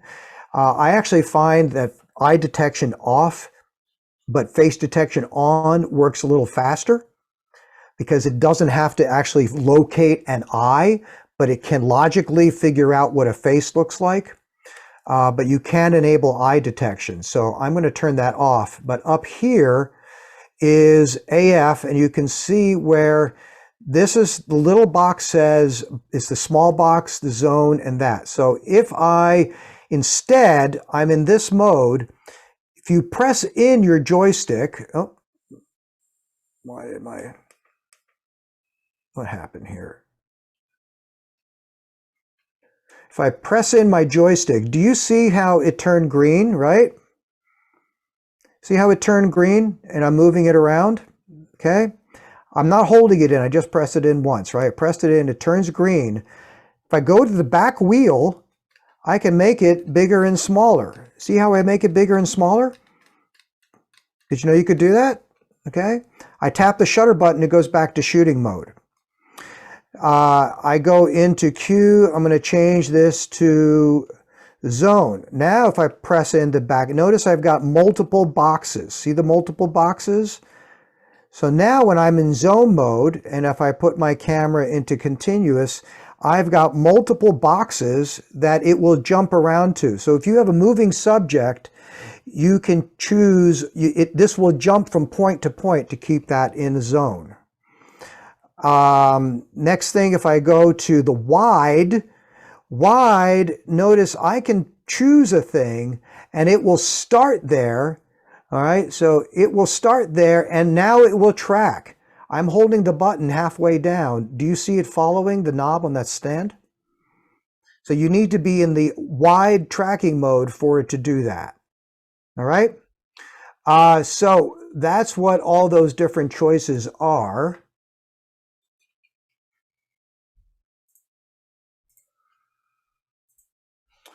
I personally prefer, I'm one of those people that prefers to live in the single spot mode because I just like to define things. Question about where the recording is my understanding is Samy's camera will have this recording available somewhere on their EDU webpage, maybe like a week from now or something, okay? It won't be through Fujifilm, but it'll be through Samy's. Oh, by default, though, that wide tracking thing, by default, it will choose whatever is closest to the camera. Okay, if you don't actually tell it where to choose, whatever's closest to the camera becomes the thing that it tracks.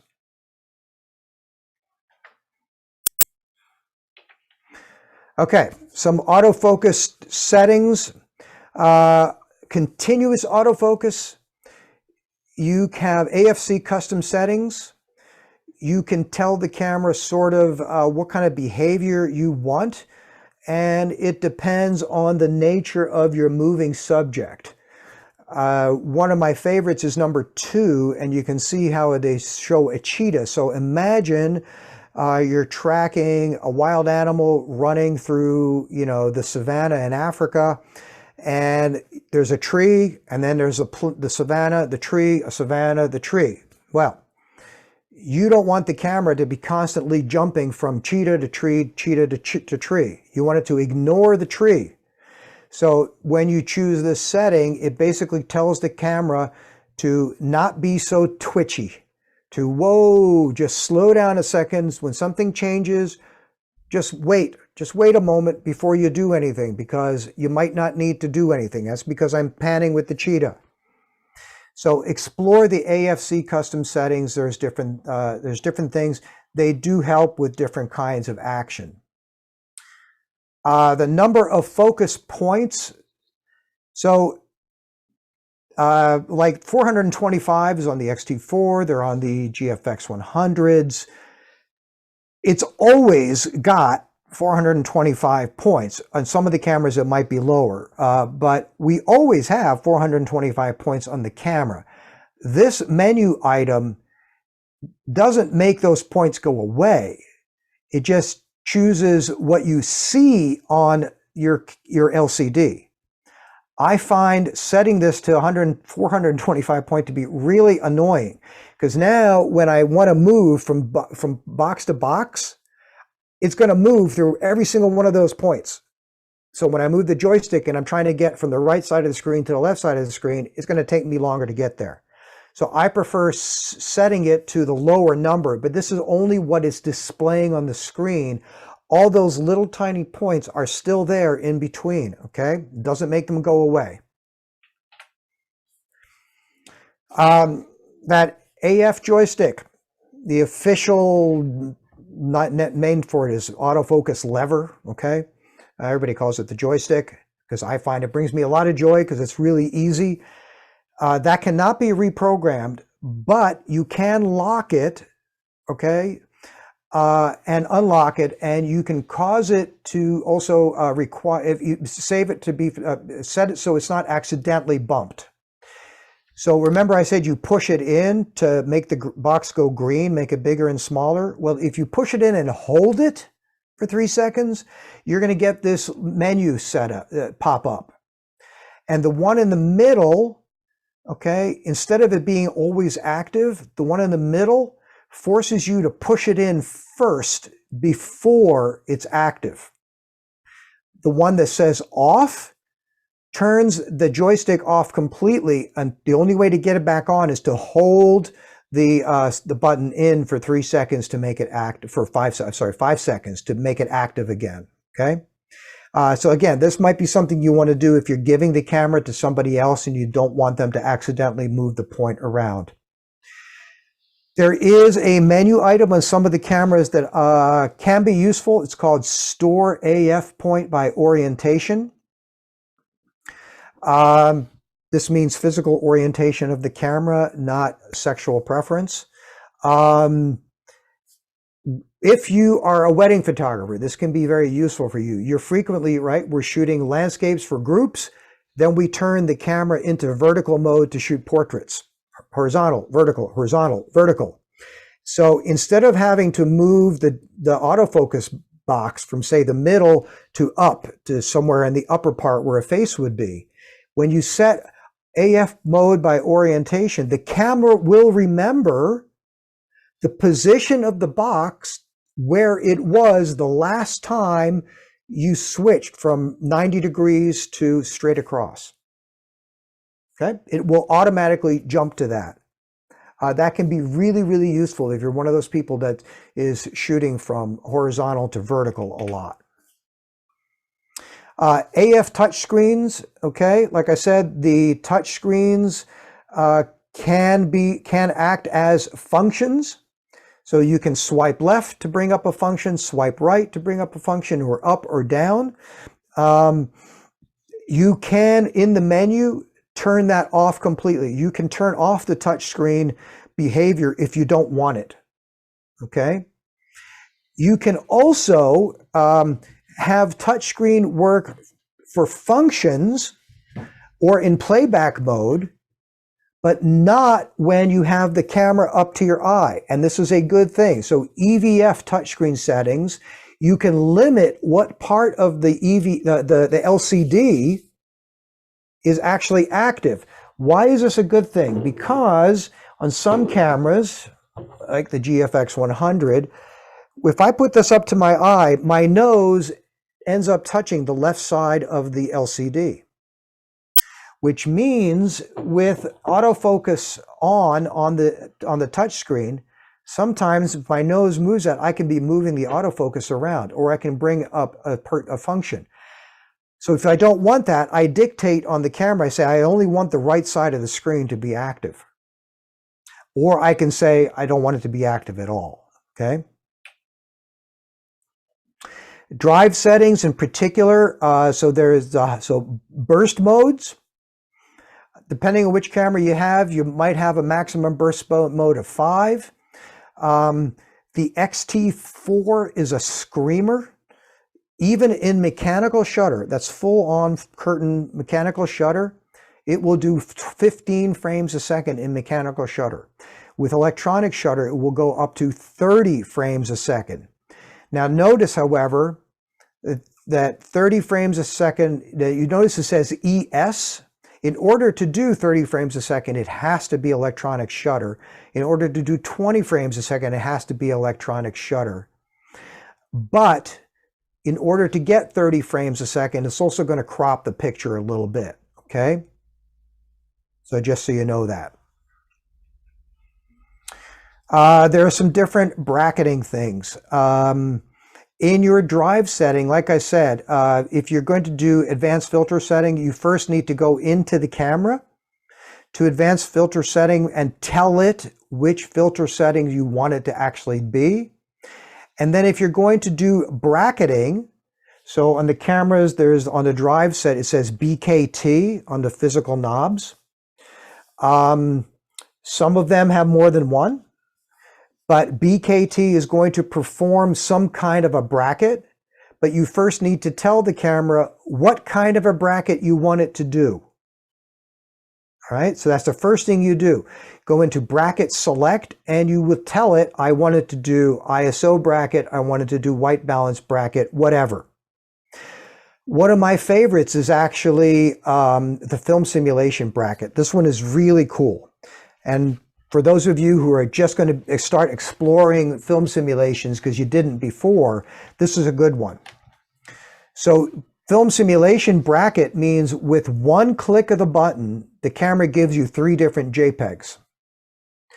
Now what you do is you go into the film simulation setting at first and you tell it which 3 film simulations you want. But this is awesome because you could say you can have Provia, I can have color chrome effect, and I can have black and white or whatever. It's one click of the button, the camera processes the files 3 times, gives you 3 separate JPEGs. Really, really fun. Really nice to have, okay? HDR mode. I got to tell you, this really does work. It's really good. Mostly the better ones are in the XS10, the XT4, the GFX 100s. The one that really, really kicks butt is the 800% plus. it shoots 3 frames, puts them together, and it gives you way more shadow tonality. This is an example, okay? If you look at the difference, look at the huge difference in tonality with those pictures. Now, again, like I said, it does a burst capture. It does it really, really fast, but this is not good for anything that's moving, okay? So yes, it's fast enough that you can handhold the picture. Don't have to be on a tripod, but don't try to do this when you're trying to track action or something. But it's very, very useful. Okay, it's in camera. You don't have to do this with post-processing in Photoshop. The multiple exposure I have fun with too. So on some of the older cameras, multiple exposure is going to be 2 clicks. So you will fire the camera once. The camera will hold that file, and on the screen it's going to show you what that was. And as you move the camera over, something else is going to show you how it looks superimposed. You get to click a second one. It combines those 2 together, but you only get 2 shots. With some of the newer cameras, okay, you can get up to 5 shots. I think it's up to 9 shots. Yeah, which is crazy, okay? But you can also change the blend modes. So explore that. This is just a way for you to be creative. You can get some really, really cool stuff. What's good about this versus say doing it later in Photoshop is because it's in camera. You're right there on location. So if you're out on a holiday and you're never going to come back to this, you see something great, you can compose this right there on the scene. All right, it's great. So again, this is only going to be what did I say? JPEGs. You can't do this with RAWs because this is an in-camera processing.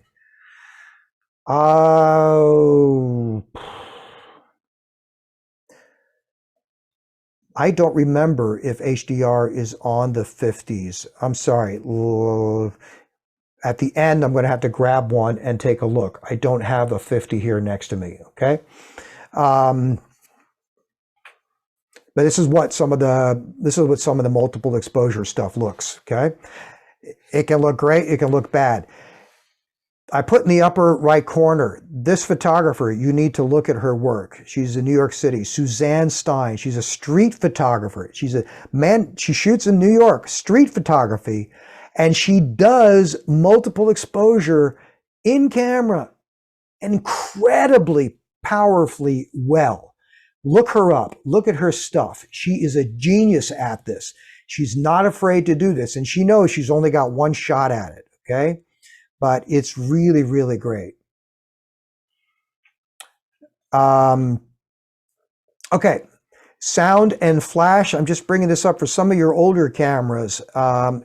And you may even see it like, I think on the XS10, the T200, you'll see something as a sound and flash. If you turn that off, okay, now it's meant to keep you low profile. Like when you're shooting a wedding, it was meant to turn this on so you don't accidentally have the camera beeping. The downside of it, noticed it was sound and flash. If you enabled this to be off, it would kill the hot shoe on the camera as well. So sometimes people would enable this at a wedding because they wanted to make sure they were stealthy, but then they would try to shoot a flash picture and the flash wouldn't fire. So be aware of what that is, okay? So now it's called silent mode, so it's different. Something called the sports finder mode. Again, you won't find this on all cameras, but it's useful. And that's what it is on the right. Notice it's going to crop the image. It will give you a 25% cropped file, so it's less resolution. But what's good about it is it's going to let you see outside the frame lines. This, I forgot to mention, is one of the good things about the X100 and the X Pro cameras in the optical viewfinder mode. If you have a lens like the 23mm, a 35 or 6, or it's one of the, not too wide, you actually see visibly outside the frame lines. So this is really awesome for street photography because you can see when people are getting in your way. And that's the purpose of sports finder mode, is for you to see outside the actual capture area. All right.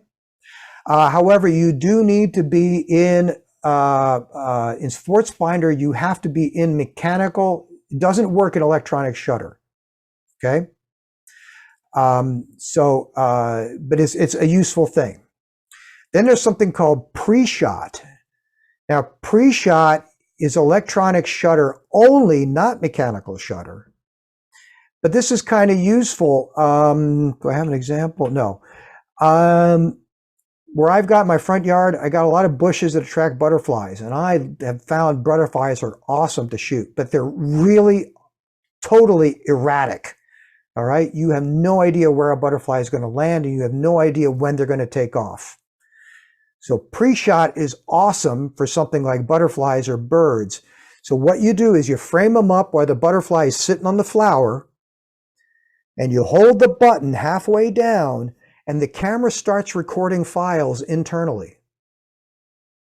And then as soon as the butterfly takes off, I press it all the way down for just a second, and it starts capturing after the press. Now, when I let go, I get a string of pictures. It's like 15 or 20.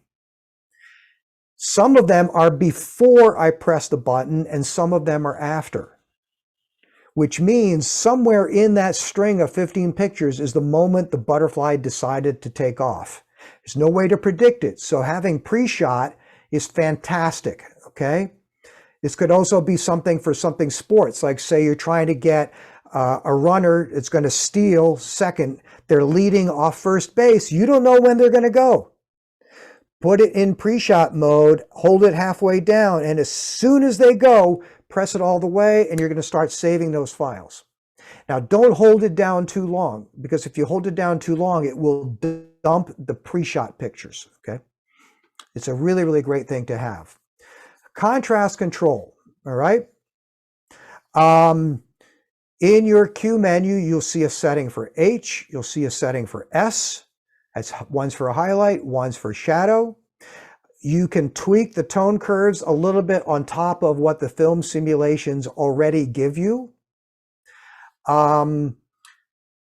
There's also settings called dynamic range, which is 100, 200, and 400. This automatically gives you more highlight tonality by way of an exposure trick.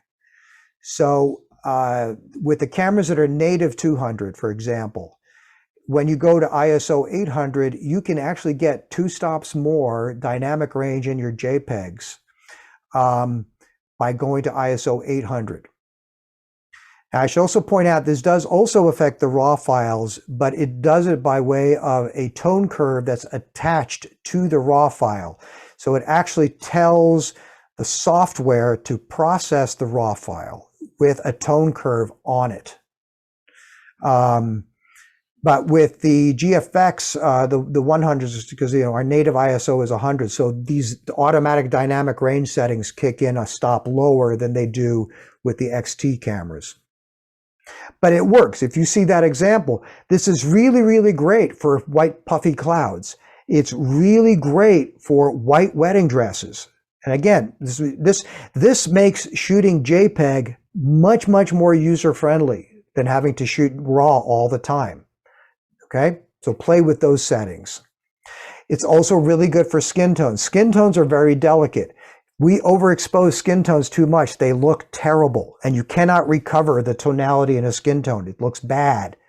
So having that extra dynamic range, go to 200 or 400 on your camera, is going to help you with that. This example may not show up well on your particular monitor. Again, it's useful for any kind of delicate tonalities and highlight ranges. Cine, I'm going to touch base on Cine for a little.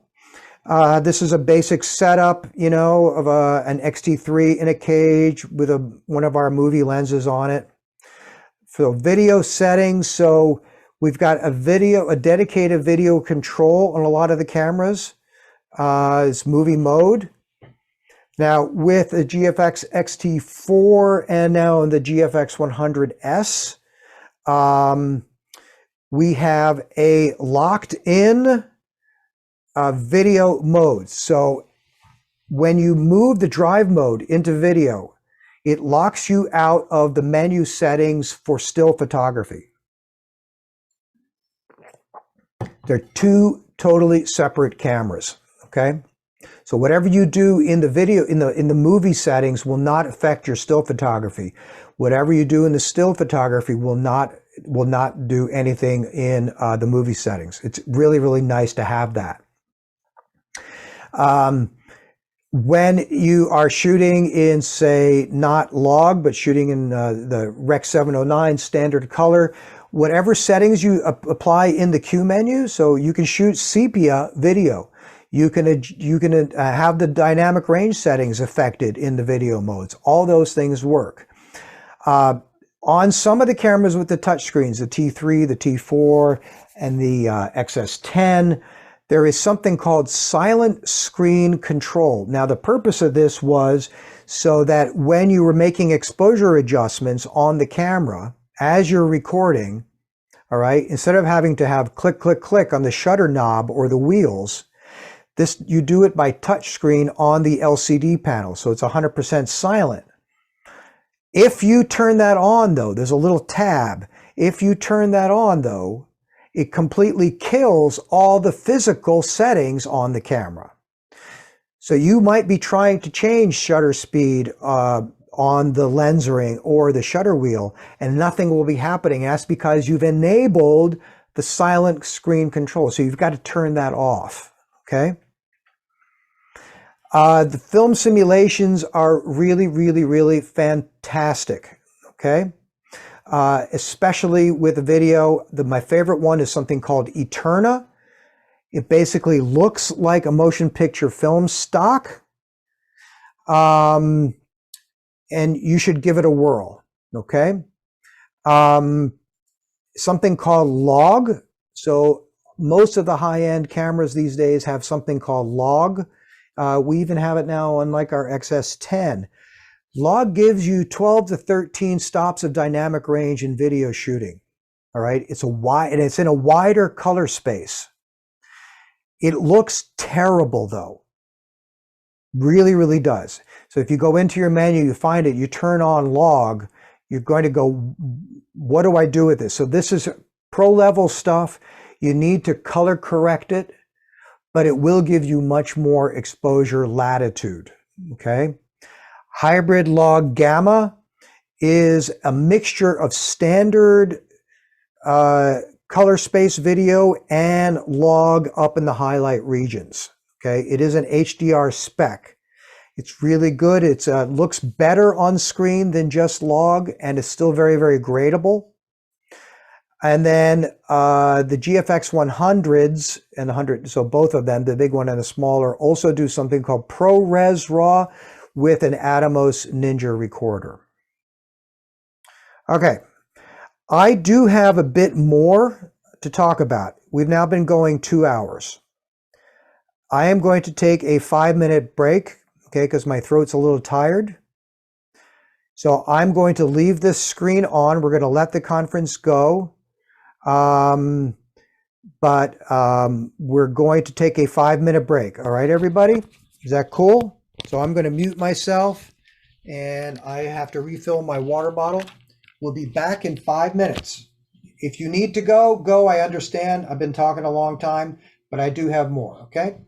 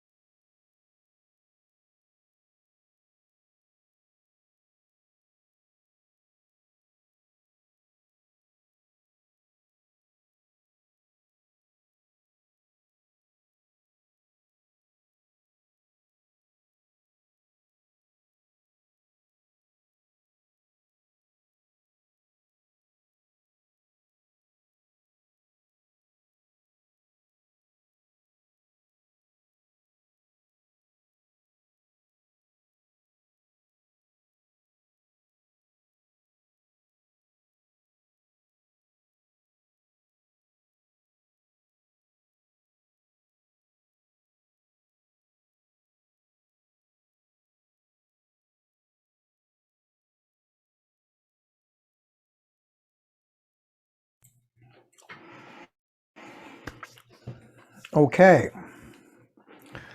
Thank you for indulging me. My legs were literally falling asleep. I had to get up and walk around and get more water. Okay.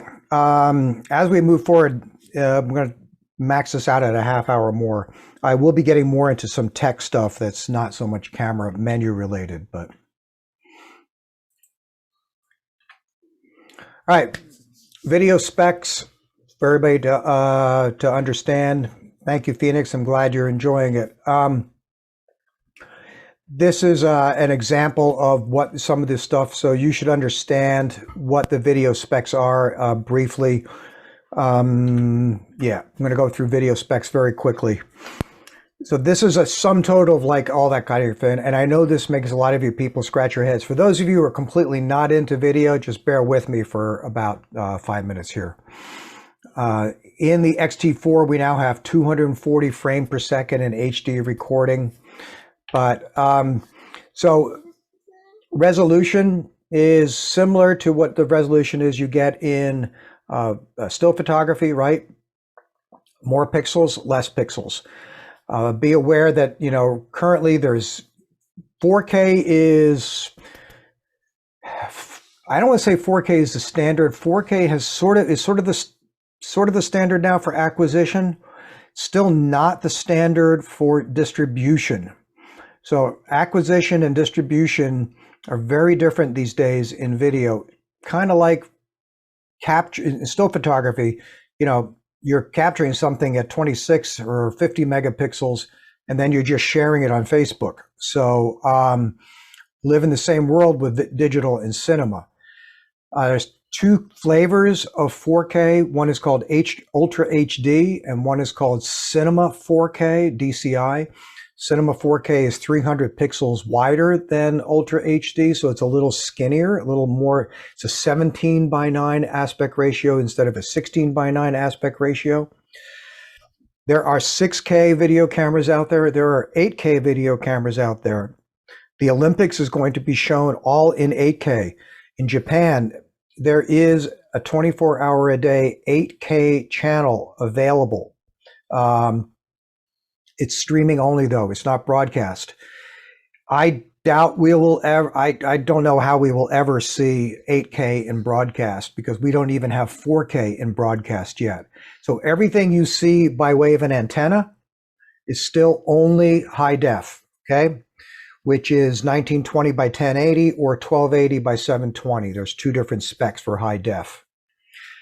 The important thing to keep in mind with video isn't so much the pixels, but the aspect ratio. All right. That is more critical for capturing video than it is in still photography, because almost everything, 99% of the time, we're doing horizontal capture. Okay. Sometimes there's vertical, things are shown vertically, like on Insta or in in-store displays. Okay. You may get vertical video. 99% of the time, you're doing everything horizontally. So in video, it is, you know, very much a string of still pictures. So we showed earlier how the X-T4 can do 30 frames a second. That's basically effectively shooting video, isn't it? The difference is with still photography, you're only doing it for a short period of time. You're only doing it for a few seconds. Okay. And then you let up and the camera dumps the files onto your SD card. In video, this goes on and on and on and on for a long time. Typically in movies, you know, you're talking about 3 to 4 minutes for a take, but in a live event, it's an hour or 2 hours, right? So because of that, the pictures are very much compressed, but because of that also, we kind of limit to where we record at. And 24 frames a second is the de facto default cinema standard for movie capture. It's been that way for 100 years, okay? Almost 100 years. So, but you will notice on our cameras, and there are two settings for 24. There is a 24, and there is something called 23.98. They are not the same. On some cameras, they only have 24 and they don't tell you which one of those 24 it is. So you've got to look very carefully in your manufacturer's specs. 24 frames a second is the same as actual motion picture film movie capture. That's fixed at 24 frames a second. If you are shooting a digital camera alongside and mixing it with a film movie camera, you've got to have your camera set to 24 and it's got to be real 24. Everything else can be 23.98. So if you're not shooting in film, shoot at 23.98, excuse me.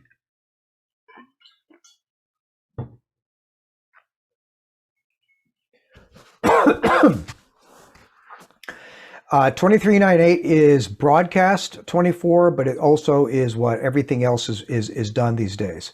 But it will not match 24 film capture. Why I'm bringing this up is because if you have more than one camera, okay, if you're doing an event or something like that, you got to make sure all your cameras are set to the same frame rate. So they both have to be 24. They both have to be 23.98. You can't have one at 23.98 and one at 30. You're going to have a problem. All right.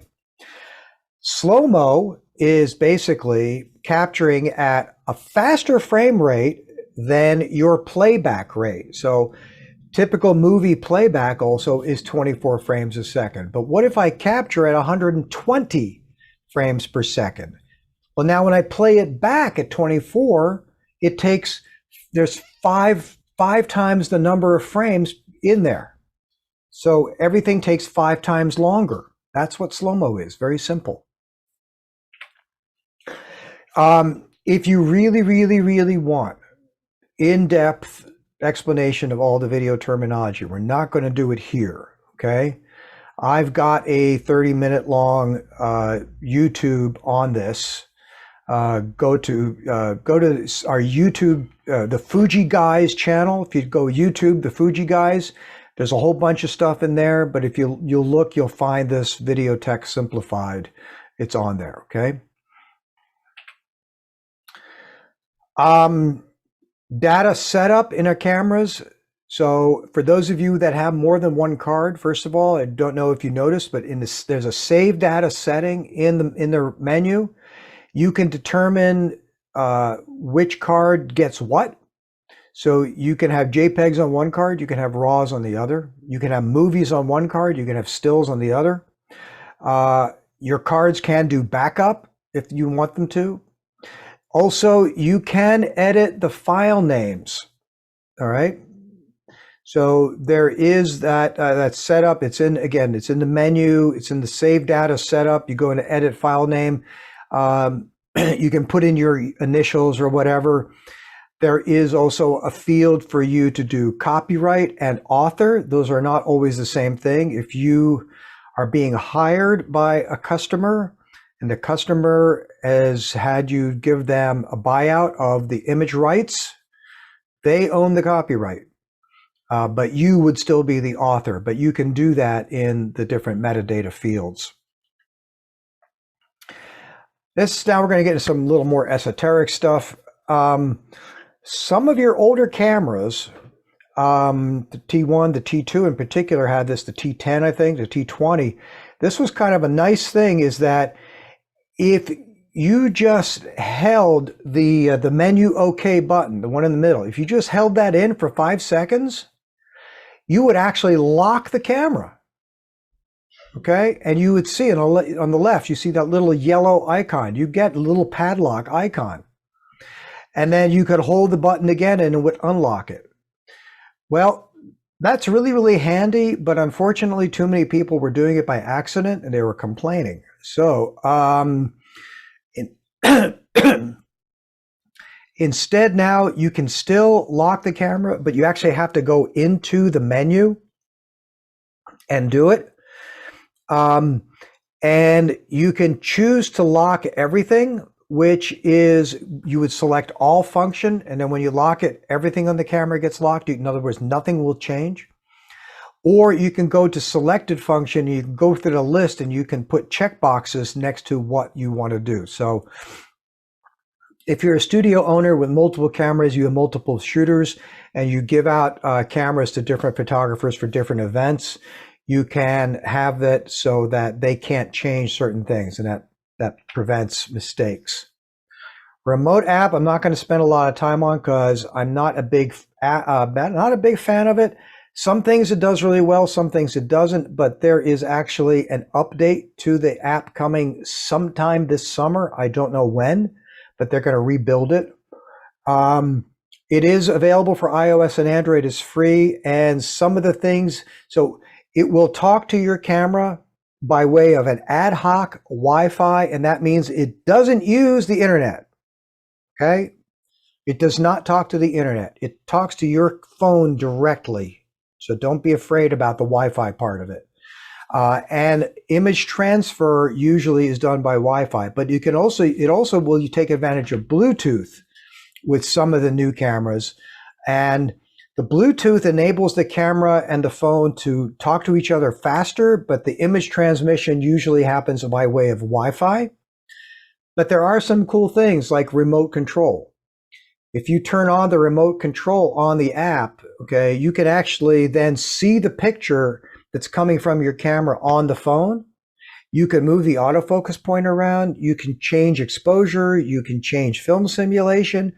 And then you can fire the camera right from your phone. It is kind of very useful if you're like a stealthy street photographer. You could just park your camera, on a table, sit there at the sidewalk, and you can just watch the action go by on your phone. So it's kind of good, but just so you know, we have had many complaints about it being glitchy, especially with depends on what your phone is. Every time the OS changes for the phone, the app has to be updated as well. Okay, you have to get a new version because things go wonky. So the Bluetooth in some of the cameras that have that do allow you to do something called auto image transfer. And if you are in playback and you tag an image for auto image transfer, then when you have the app running and it's talking to the camera, when you turn the camera off, the camera will actually automatically transfer files in the background to the phone, even though the camera is turned off. So you might actually see the LED blinking on your camera, and that's what's going on. It's actually sending files to your phone. But I find the Bluetooth can also use a battery life more, so it's up to you whether you like it or not. Geotagging, you've got to have that set up. We don't have geotagging built into the cameras. It has to pull it from your phone. It has to sync with your phone to get the location info off of your phone. There is PC autosave available for Mac and Windows.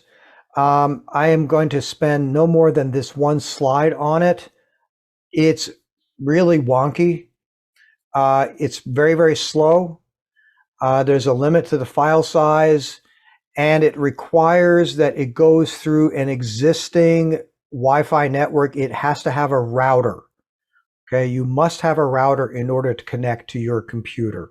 So this is not for everybody. I'm going to let you go to the website, look up the PC autosave, and decide whether you like it or not.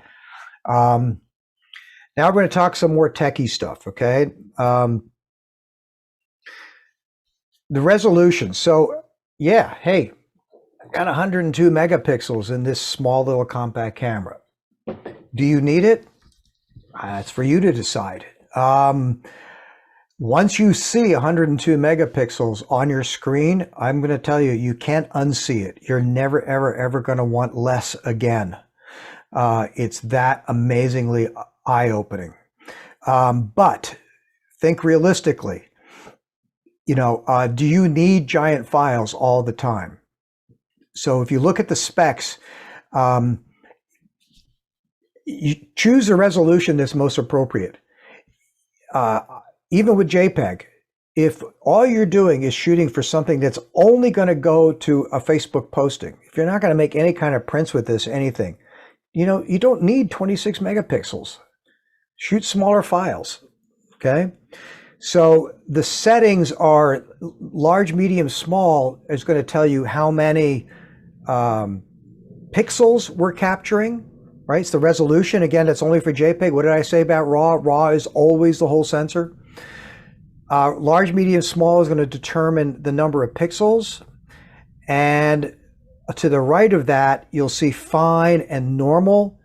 That determines the JPEG compression, meaning how much data do I throw away? How much redundant data do I throw away? That's how JPEG compression works. A quick talk about sensor size. It's not so much a big deal anymore, but yes, one of the big advantages of having like the GFXs is the bigger sensor. What that does is it gives you lens option choices, which can give you shallower depth of field than you can with smaller sensor cameras, which can give you more control over the image. Okay? Doesn't mean you've got to shoot everything where the background is soft focus all the time, but it does give you advantages. It also means you've got bigger pixels. But with bigger sensors, you need bigger lenses. One of the nice things about having a smaller sensor is you can then use any kind of a lens that was designed for bigger sensors with that. So that means that you can adapt all kinds of old legacy stuff from any camera platform basically ever made by way of adapter to our X series cameras. So that's really cool. You can shop for cheap old legacy stuff and get cool looks. But, be aware of what equivalent focal lengths are, right? So our medium format, I would like to call it large format, because medium format is a film term. In the digital world, there really ain't anything bigger than what you get out of the GFX. So that is a large format sensor. But be aware that the crop factor, as they call it, is the reverse with those cameras.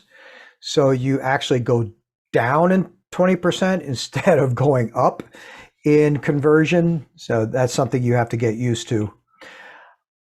I'm going to talk about the sensors in the GFX cameras only use a bare pattern sensor, and that was basically in order to make them more compatible with softwares because they're typically more pro level cameras, and it was easier for Adobe just to jump right into that, and for Capture One to just right into that. But when we first came out with the X series, and we still use them, we use a completely unique sensor that nobody else on the planet has called the X-Trans. And if you look at the difference between the bare pattern and the X-Trans, the thing with the X-Trans is the pixels are much more randomly oriented than on the bare trans. The reason we did that was from film thinking, because film grain is random, right? You don't get moire on film grain, but you do get moire on bare pattern sensors. Moire is this really weird kind of rainbowy thing that you get in hair and in fabrics, and you can't get rid of it. So the way you do that with a bare pattern sensor is you soften the picture by way of a low pass filter. Our engineers came up with the X-Trans sensor as a way for that not to happen. So we don't need a low pass filter on our X-Trans cameras. So we get better resolution on those than you'd get with other manufacturers. The reason I'm pointing that out is raw converters, okay, have to deal with the raw the raw pixel data that comes from a camera. There is still some completely misinformed scuttlebutt out there on the internet about the fact that don't shoot Fujifilm cameras because their raw files suck. That is completely not true. They never sucked. It's just that Adobe had a hard time with dealing with our raw files from about the first 2 years that we were out with our system. That problem has gone away a long, long, long time ago. So please, please, please, if you read any of that, don't be afraid of our raw files, and they work well with all the different softwares out there, okay? Be aware, though, that some softwares use computer operating system level processing, not their own math. Some of the ones to think about are like Corel Aftershot, there's another one I call ACDC. Okay, especially I use Mac primarily. They wait for Apple OS to have the built-in RAW conversion. Okay, they use Apple's version of RAW processing. So they may not be up to speed on a certain camera. So you may not be able to process a RAW file on some of these softwares because they're waiting for the Mac OS or they're waiting for Windows to catch up with that. That's something you should know. But basically, all these softwares out there, work really well. So all RAW processing is the same. Every time you take a picture, you're always capturing a RAW file. Always, always, always. The RAW file is the first thing that happens in the imaging chain, okay? And then your camera has to take all that data and figure out what it all means and where the color is what and do stuff to it, and then it creates the JPEG. So we have really good, actually, in-camera RAW processing. Some of you may not know that we did this. So if you shoot only RAW, and then you're waiting to get back home, you don't have to do that. Now you shoot only RAW, you go to a coffee house, go into playback, go through your RAW files, find the ones that you like and say, hey, I'd like to see what this looks like. Hit the menu button when you're in the playback mode. You get a different menu. You get the playback menu, not the photography menu. And one of the items is RAW conversion. You go to the right and you can choose all these different parameters, okay? You can push the image, pull the image, change the white balance, choose a film simulation, and you can do RAW or JPEG. And you go through, you push the Q button on the camera, and it will create the picture. And it does it for you right there in a matter of seconds. It does not do anything to your original RAW file. Your original RAW file will still be there, okay, on your SD card. But it will take that JPEG or the TIFF that it created and it make a new file, and it puts it at the end of the list of your existing files. Very cool. It's very simple. And it uses our built-in RAW processing engine that's already in the camera, okay? Very, very, very nice, very friendly. Now, we created a desktop software to take advantage of that. This is a little weird. Bear with me. If you weren't sure that didn't know this existed, you may think we're a bunch of weirdos, and it is kind of unusual. But remember what I said, we're a film company, and the film simulations, because they are real film mathematics, okay? This is our proprietary color science. Nobody else has that, okay? Yeah, we help Adobe a little bit. Yeah, we help Capture One a little bit. We don't give them our proprietary color science. But the cameras have that built in. So we created the RAW Studio, XRAW Studio, which allows you put the files on your computer hard drive, you open RAW Studio, and then you take your camera and you USB it to your computer. This is the important part, okay? You have to connect the camera to your computer, but you're looking at the files that are actually on your hard drive. So you can go through, pick files you want, and on the right, you see that there's different conversion parameters. And then when you click convert, it sends the file to the camera converts it, sends it back to your computer. So it uses the computer built into the camera.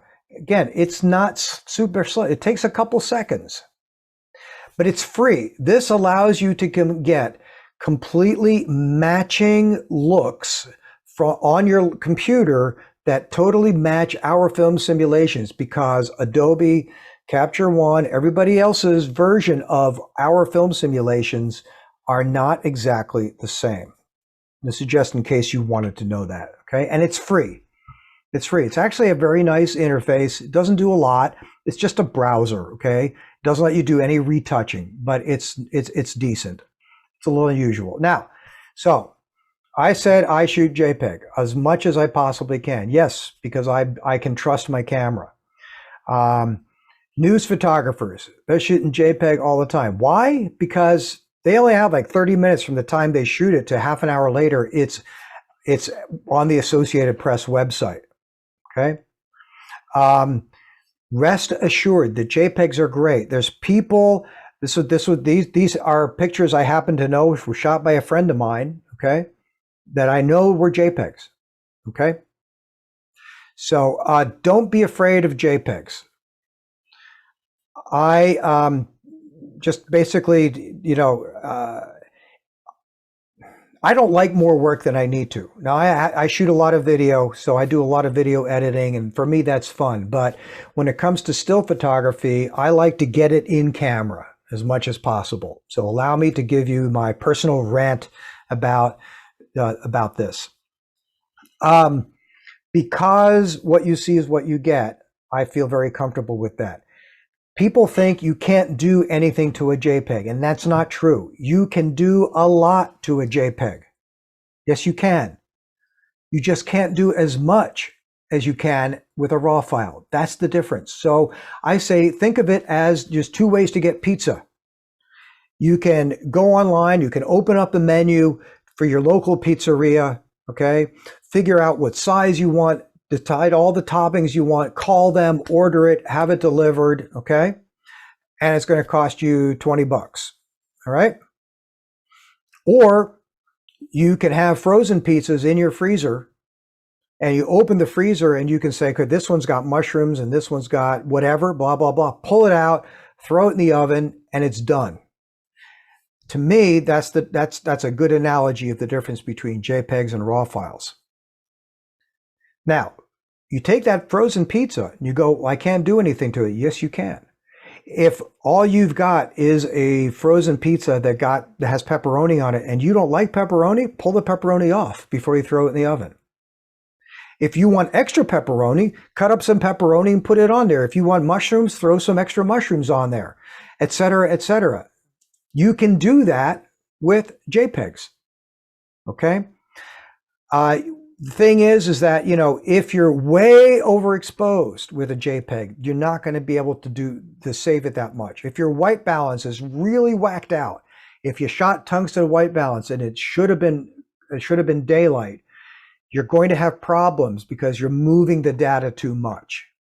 Okay, but I'm asking you to, have fun with JPEGs. Try it. No, frozen pizzas are not awful. I get some really, really good ones from my grocery. And like I said, you throw whatever you want on it, and now it's your own frozen pizza, and it tastes fantastic. Okay. TIFFs or PSDs are extremely minimally compressed. They're almost basically uncompressed. So the problem that people get into with JPEGs is they'll open the JPEG in Photoshop, they'll do stuff to it, and then they'll click Save.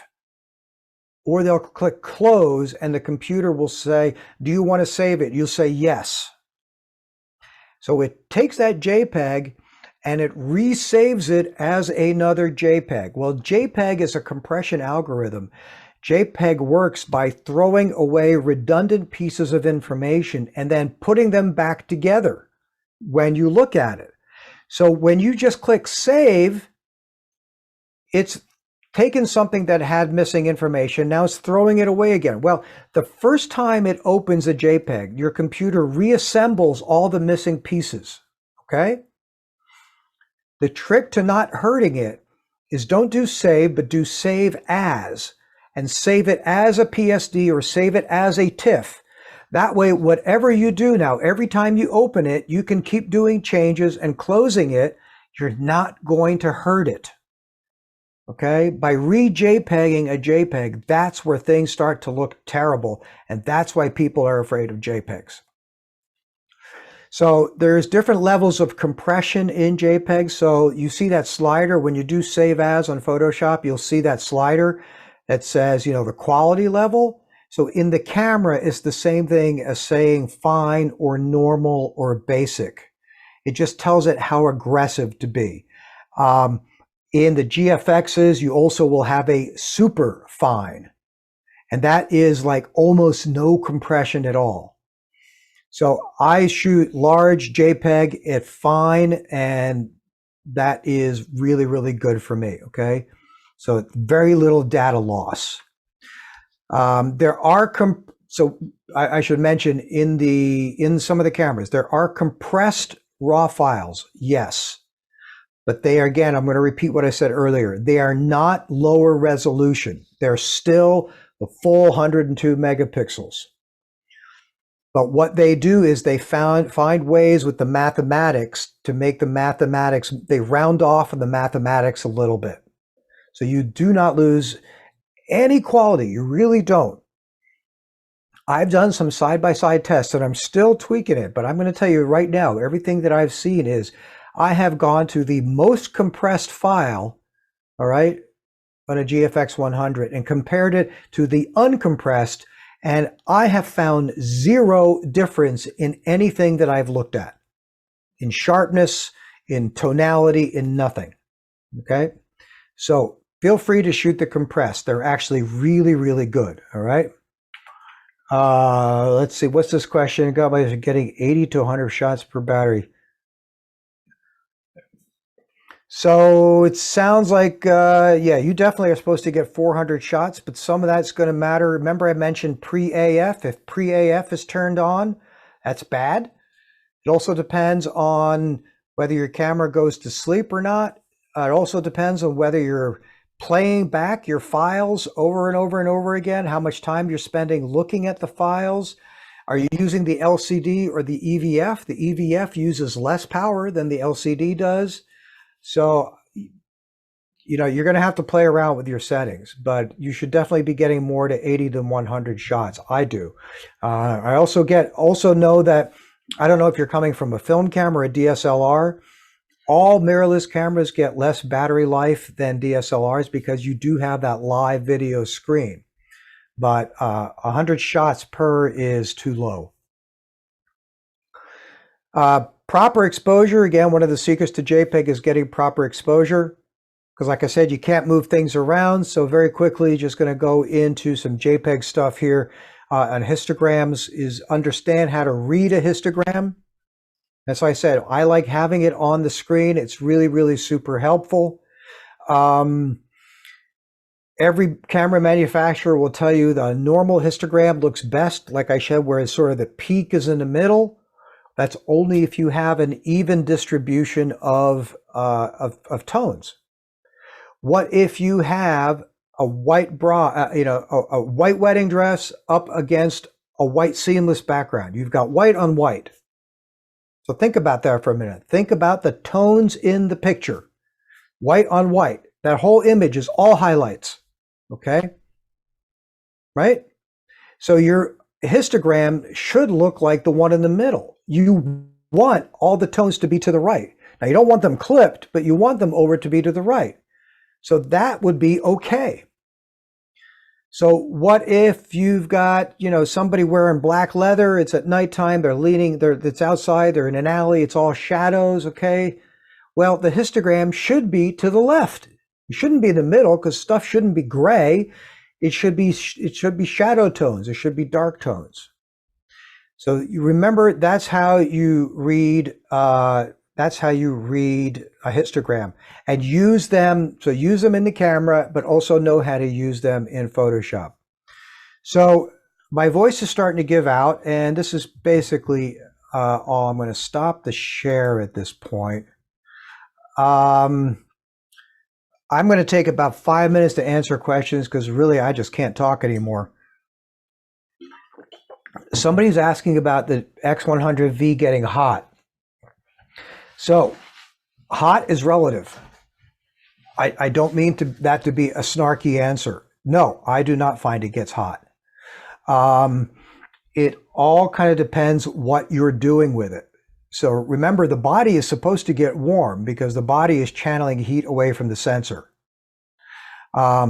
Some people have found, yes, this thing gets warm, but then we find out that they're shooting 4K 60 a lot. It kind of all depends on what you're doing and what your tolerance is. So, but I don't think it is, and quite frankly, we're not getting complaints about it. I mean, anecdotally, some people say it does feel warm, but I don't believe it is. If for some reason you think it is, one of the things that might happen, what you might want to do is move the LCD out a little bit away from the camera body, let some extra cooling get into the back here. Some of the heat related issues also has to do with the cards you use. If you are shooting big files, but you're using a slow card, that's going to cause your processor in the camera to work harder and harder, right?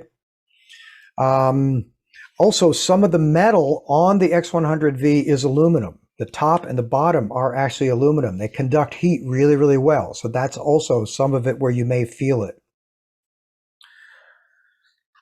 Oh, Shari, whoop, yeah, hold on. Shari just asked a question about T30 from T20.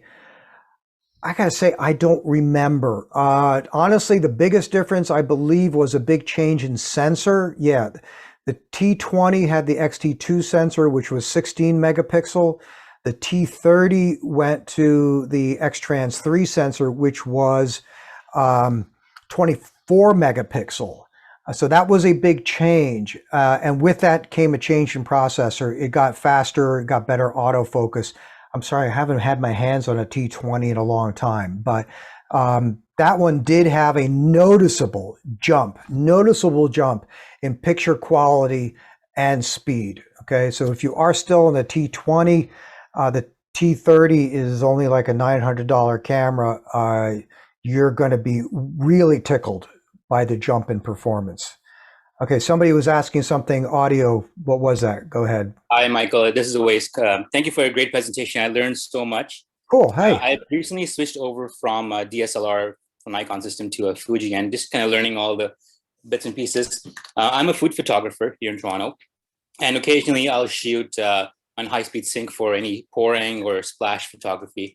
And the issue I'm having is, well, two things. One is that when I try to use, I'm using a Canon lens with an adapter on my GFX. And when I switch the camera to manual mode and the lens to manual, and I get my focus peaking done and everything set, if I take a shot, the camera will start autofocusing again, even though everything is set in manual. So that's one issue I'm having. I'm not sure how to bypass that. A second is when I'm shooting. Okay, well, let me stop at that. Sure. That sounds like, is there any switches on your adapter? I'm not, the only adapter I've ever seen is a PhotoDiox adapter. I'm using a TechArt adapter. Yes. There are no switches. It's just the lens has a switch, which I put on manual focus. And the camera is set to the M mode? It is. Physically, the switch on the left. The switch up here on the back, by the. Yes, so the 50 GFX 50. Oh, the 50. Yeah. It's on the left, but yes, I do switch it all the way up to M. I have no idea. That sounds like that sounds like I got to say that sounds like the adapter is doing something to the camera. Could it be a firmware update issue? Because I haven't updated the firmware since I've had it, and this is a used camera. I mean, you should update the firmware. Like I said before, it's it takes you 2 minutes to do it. Right. I'm absolutely not with third-party lenses and adapters, all bets are off. I have no idea. Okay. We have no responsibility for what happens. Do you have a Fujifilm lens? I do, yes. Okay. Does it do it with a Fujifilm lens? I haven't tried it with that because try it with a Fujifilm lens just for test purposes. Okay. It should not. There's no reason for that to do that. Okay. Zero. Thank you. Second is when I'm doing splash photography with high-speed sync, anything past 1/160th of a second, I am getting the curtain, the half black, half exposed photo. Is there any way to bypass that? Well, that means you're not actually doing HSS. So remember, it has to be in manual. It has to be in manual shutter, mechanical shutter. Mm-hmm. Okay. Or electronic front curtain. Which flashes are you using? I'm using a Pro Photo strobes, and they have high speed sync. Okay, so you've got the air transmitter. I do, yes. Okay, so you got to make sure that the air transmitter says high HSS on the transmitter. Okay. Not just M or A. It has to be in HS, in high speed sync mode. Okay. And which strobes is it going to? D2s. D2s. They have high speed sync. Yeah. The first thing I would say is make sure that the transmitter, make sure it's on the air unit itself, actually says HSS. Secondly, you might want to verify that by going into the camera menu. Go to the lightning bolt, which is the flash setting. Okay. Yeah, go into the lightning bolt, the flash setting, and it won't do it. You'll have to have the transmitter turned on. Go to the flash function setting, and there's an item on there that says sync. I see it. Make sure it's set to FP. It's supposed to automatically go to FP when the air transmitter is put into HSS. Okay. Right now it won't show because I don't have it on, but I just see front or rear. So it'll say FP, focal plane. Okay. Yeah, I'll try that out. With that and the transmitter on HSS, you can get a 4,000th of a second of that baby. So okay, perfect. I'm excited for that. Yeah. Okay, thank you. That's all I had. Cool. Thank you. So guys, I really got to shut down here because I know I'll have laryngitis tomorrow. One last chance for a question. Cool. Thank you all for spending this incredibly long time with me, and enjoy your Fujifilm cameras. And like I said, the recording will be available somewhere on Samy's website at some time in the future. Okay. Take care around the world. Goodbye.